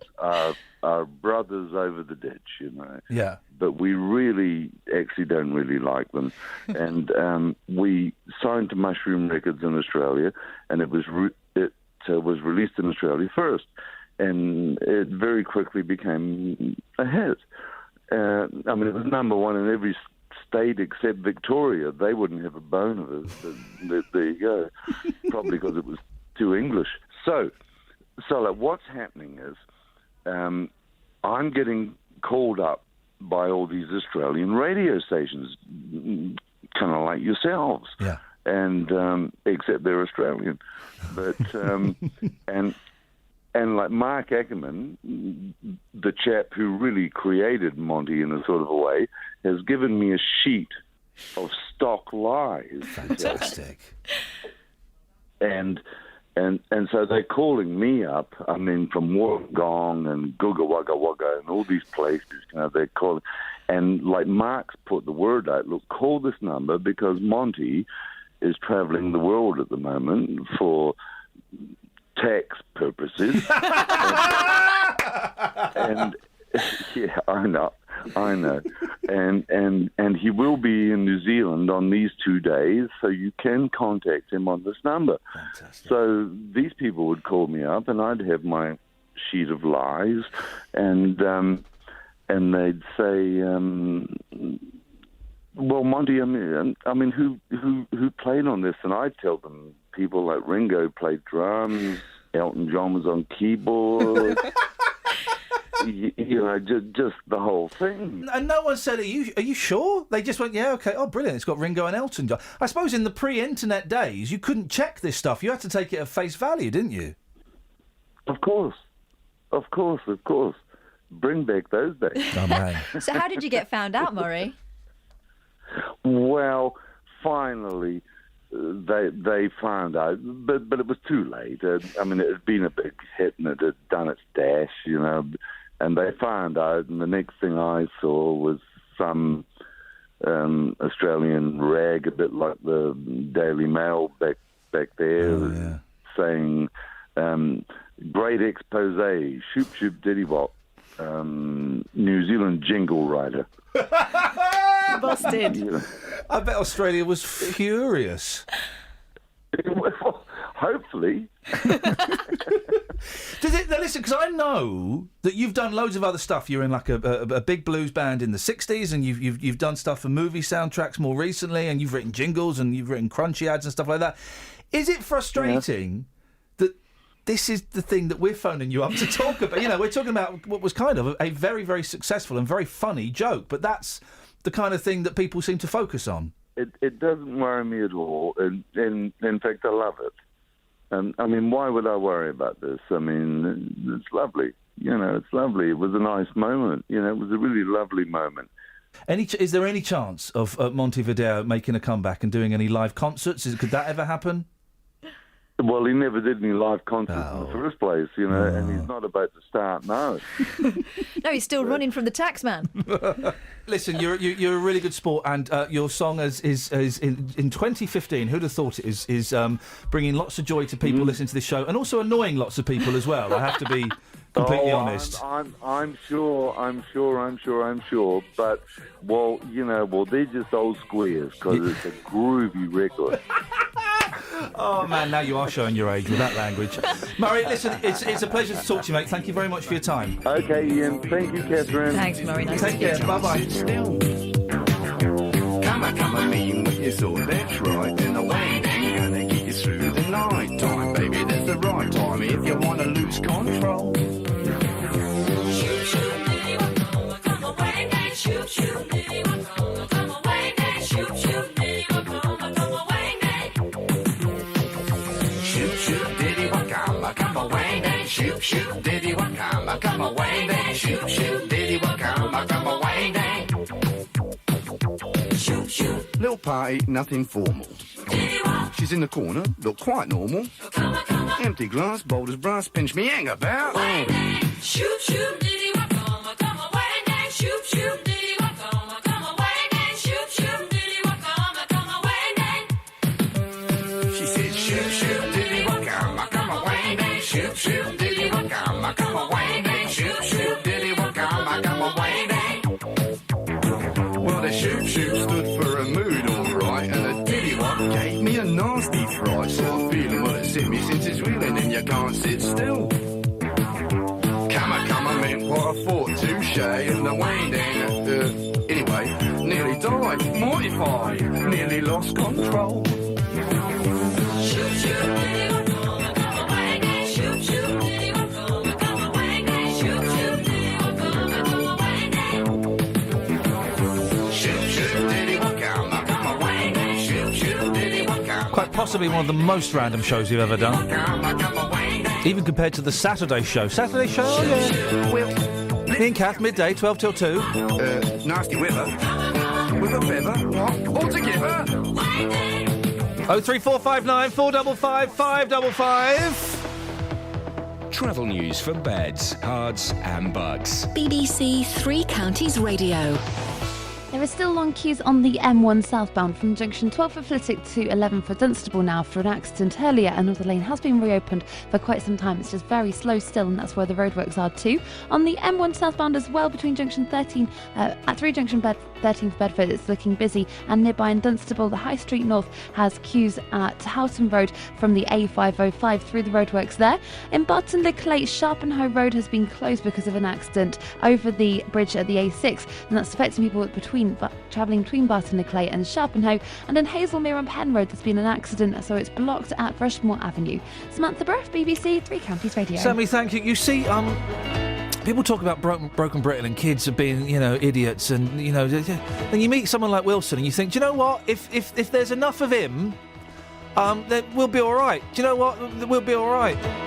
I enjoyed that. 03459 455 555. 8:47, these are your headlines. Luton Borough Council is considering legal action over the number of homeless families from London being sent to the town. Police have praised the bravery of 2 teenage girls for giving evidence against a Luton man who sexually assaulted them at a public swimming pool in Aylesbury. And protesters gathered outside Milton Keynes Council last night to support community groups staying at the Buzzy. Let's get the weather! Beds, Herts and Bucks weather. BBC Three Counties Radio. Hello, very good morning to you. It's a fairly mild start to the day today. There's lots of thick cloud around though, but things are going to tend to brighten up as we head into the afternoon, certainly. So we'll see this weak cold front go through. The air will feel a bit fresher this afternoon, but temperature-wise it won't be too much difference from what we've got at the moment, 13 or 14 Celsius. So perhaps just a few outbreaks of just light rain and drizzle possible for a time this morning. And then a brighter afternoon, some sunny spells developing a bit later on as well. And as I said, highs of around 13 or 14 degrees. Overnight tonight, we see all the cloud re-thicken. It should stay mostly dry. And then as we head into tomorrow morning, we'll start off the day on around 9 or 10 degrees. It's going to be a rather cloudy day tomorrow. Some brightness possible through the morning. Maybe a few spots of rain as we head into the afternoon. All in all, quite grey and dull. But Saturday looks like we're going to see some outbreaks of rain through the afternoon, some of which could turn out to be quite heavy. We'll also see the wind pick up for a time. A chilly night on Saturday into Sunday. And then Sunday, a lovely day, the nicer day of the weekend. There'll be plenty of sunshine around and it will stay dry. That's the forecast. Thank you, Elizabeth.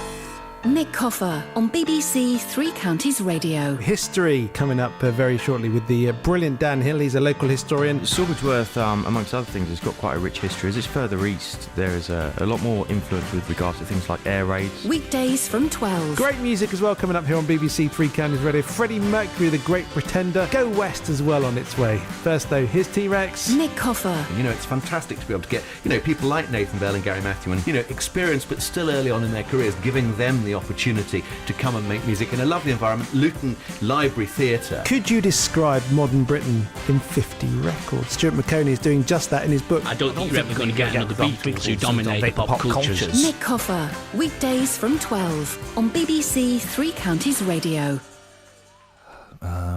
Flipping it. I forgot about this. All right, Gatford. All right, boss. Yeah. Now, the reason... I just can't be bothered. Kath, can you tell us why he's back on and what we're doing? He'd done a poem, but he'd done it wrong. He'd done a what? Poem. Done a little poem. I've done a little poem. It's for Kelly Betts. Yeah, but you didn't put it in the past tense, because as we know, she's no longer with us as of next Friday. Kelly is compiling... Shush, button it. Kelly is compiling her own obit package. That's your request. I'm not doing it for me. Well, it doesn't matter. You're still doing it. Providing you with content. Thank you. From beyond the grave. That's appreciated, Kelly. So to do this, we're asking people to phone in, and I'll be honest, there's not been as much outpouring of love for your departure as I was expecting. Next week is our last week. Rosie managed to squeeze a tear out, didn't she? One.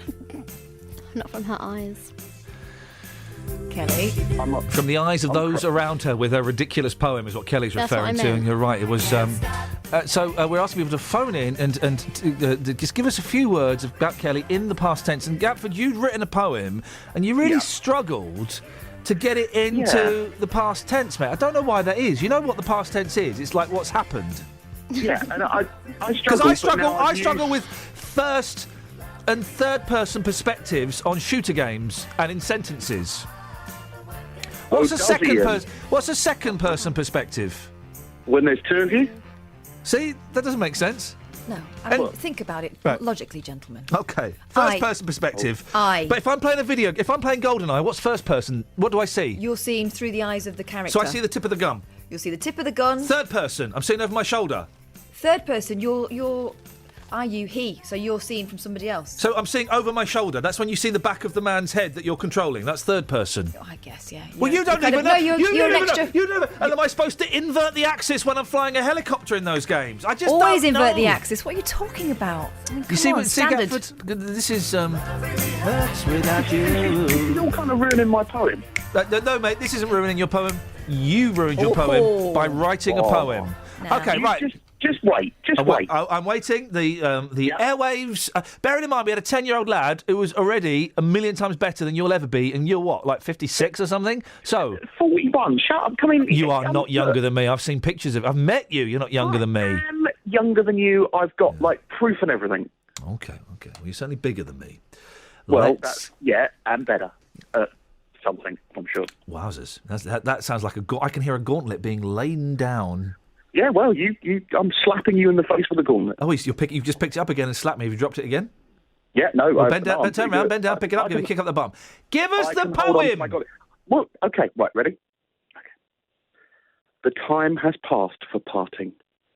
Our time gone to its end. Surely it's the time... Hang on a minute. Hang on. Surely it's the time... The time had passed for parting. Not the time has passed. Catherine, we go to our literary expert. The time's well past for parting. The time, That's a bit slang, isn't it? I mean, what did you call her? Wow. No. I've never been so insulted in the last 5 minutes. What was the word you said? slang. Oh, I thought you said...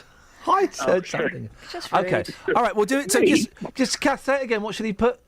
Time's well past for partying, innit? Okay, away you go. I'll Away you go. let it. Okay. The time's well past for parting. Our time gone to its end. The rest of your life is already starting, and we have no more time to spend. Right. No. There's a second stanza. There's a second bit. Does it in any way reference Kelly Betts? No, it's from me to Kelly Betts. Does it reference? You know what the word reference means? It's like I'm interviewing a local councillor, for crying out loud. It's not a trick question. Kelly Betts in the second stanza, then. All right. Put her in. Why would you write a poem about Kelly Betts that doesn't have Kelly Betts' name in it? Well, there was that bloke who wrote poems about the charge of the Light Brigade. He never put the charge of the Light Brigade in it, did he? Justin, I'm sorry. Again, Justin. Yeah, it's raining as well. Again, waiting for this. J-Dog, I'm sorry. Yeah, so you should be. Right, I'll tell you what we're going to do, because this is not fair. Right, Gatford. Yes. We'll speak to you tomorrow. Oh, no. Well, you can't just keep phoning in with substandard poetry. I think we're being more than generous after what you've called me. Okay. Yeah. So, third time lucky, we'll see how we get on. So tomorrow, Gatford, all in the past tense, and you've got to mention Kelly Betts in it. Here's some tips. Jelly belly. Smelly welly. That's it, I think, isn't it? All right. Okay, yeah. I mean, I've got a life, but I'll do it. Well, you haven't. And don't thank us, eh? Gosh. What for? Did you? Didn't thank us. No, it's so unbelievable. People will pay a lot of money to get mine and Catherine's and Kelly's input on things. Did you hear what he called me? I did, and he didn't. It wasn't slang. Got out of that well. I'm sorry, Justin. That's twice you've had to endure that. That is bang out of order, and it's not we're not doing deliberately. That's Gatford's fault. I know. He chooses when to call in. He knows when you're coming up. I'm sorry, mate. Listen, I'm angry. I almost died a few weeks ago. I'm back out on the streets again. It's raining. I could get a cold on my chest again for this. Can I correct something? Yeah, go on. You didn't almost die, mate. You died. I almost died. You died. You didn't go towards the light, though, did you? You came back. You got too much work to do. You liked it dim. I said, Dev, you know what? In a couple of weeks' time... Dev? I've got, from Coronation Street was there? No. Oh, just doing some really bad acting. That would have been amazing. I said to the devil, listen, I've got this great package I'm going to do on What Have You Blocked in a couple of weeks' time. Just let me get that out of the way. I want you for one of mine. Leave it out, Dev. That's not actually a bad devil voice, is it? Hang on. David? Yeah, you're on the air. I'm trying to... Justin's got to squeeze a package in, and what do you want? Oh, I just wondered if you wanted me to construct a tribute to Kelly, which I'll be trying tomorrow. Yeah, do it tomorrow. Gatford, have you gone? What? Hello? Yes, hi. Put the phone... Right, both of you put the phone down. Flipping it. Look at the time. This is so tight. Justin. Yes. Those two losers... Have you gone, Gatford? Yes. Good. I think he still might be there. Right, Justin. I'm so sorry, mate. What have you blocked? You've taken it to the streets. Yeah, your big phone in this morning with extraordinary stories at the end as well from a lady and her tattoo. This is incredible. Here's what happened on the streets.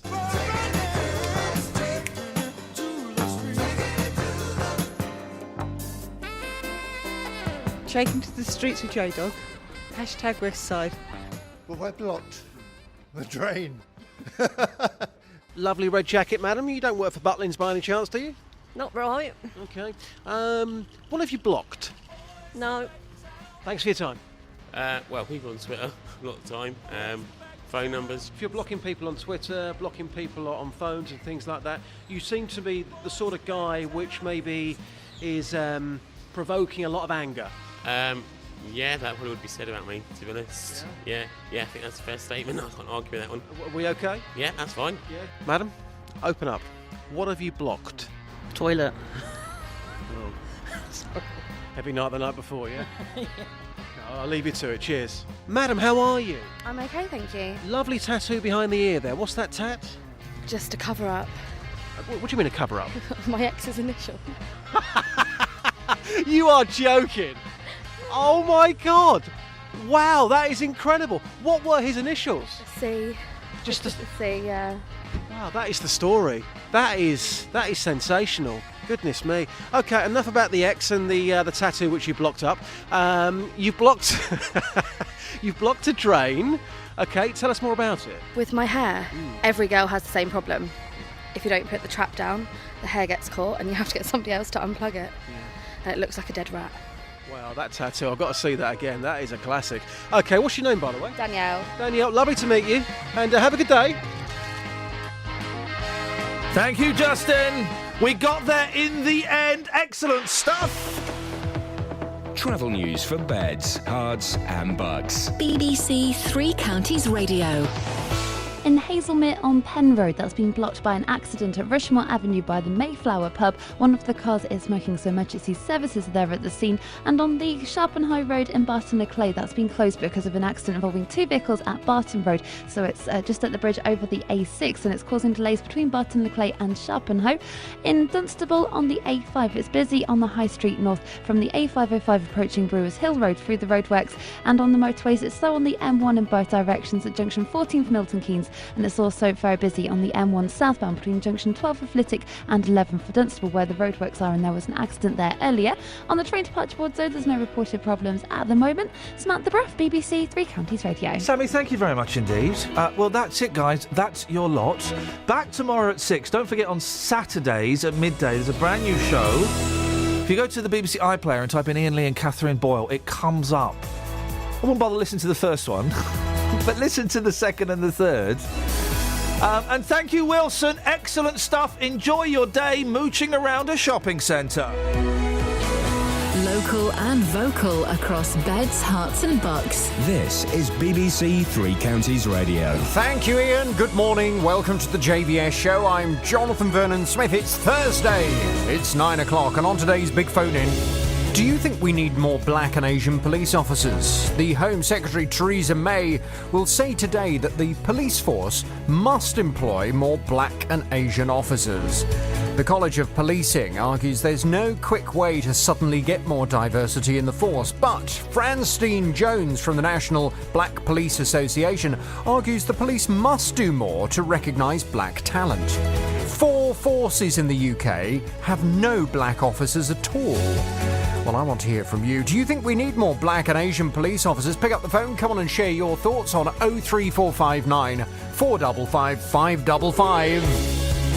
This is the JVS show on BBC Three Counties Radio. I'll take your call in just a second, but first let's get the latest BBC News at 9 o'clock. Here's Simon Oxley. The headlines: Luton Council considers legal action over London homeless moving in, praise for teenage girls assaulted at Aylesbury swimming pool, and protests in support of the Buzzy in Milton Keynes. BBC Three Counties Radio. Luton Borough Council says it's had enough of London boroughs sending their homeless families to the town. It says it's contemplating legal action over increasing numbers of people being placed in a local rented sector which is already stretched. The London Borough of Waltham Forest has around 57 families in a converted office block on Cardiff Road in Luton. Councillor Tom Shaw is in charge of housing. If it carries on with the statutory overcrowding, the officers are talking to the senior officers at Waltham Forest.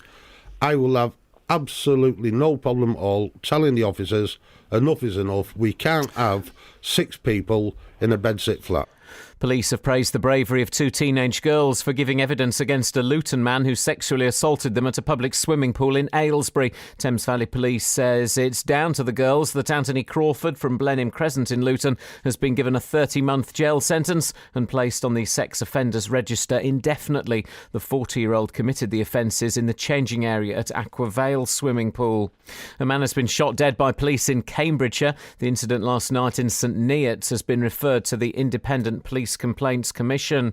Police in Essex have arrested a 13-year-old girl on suspicion of murdering a man who was stabbed on Tuesday. Darren Kelly, who was 42, was attacked during an argument with a group of people near a block of flats in Basildon. He died later in hospital.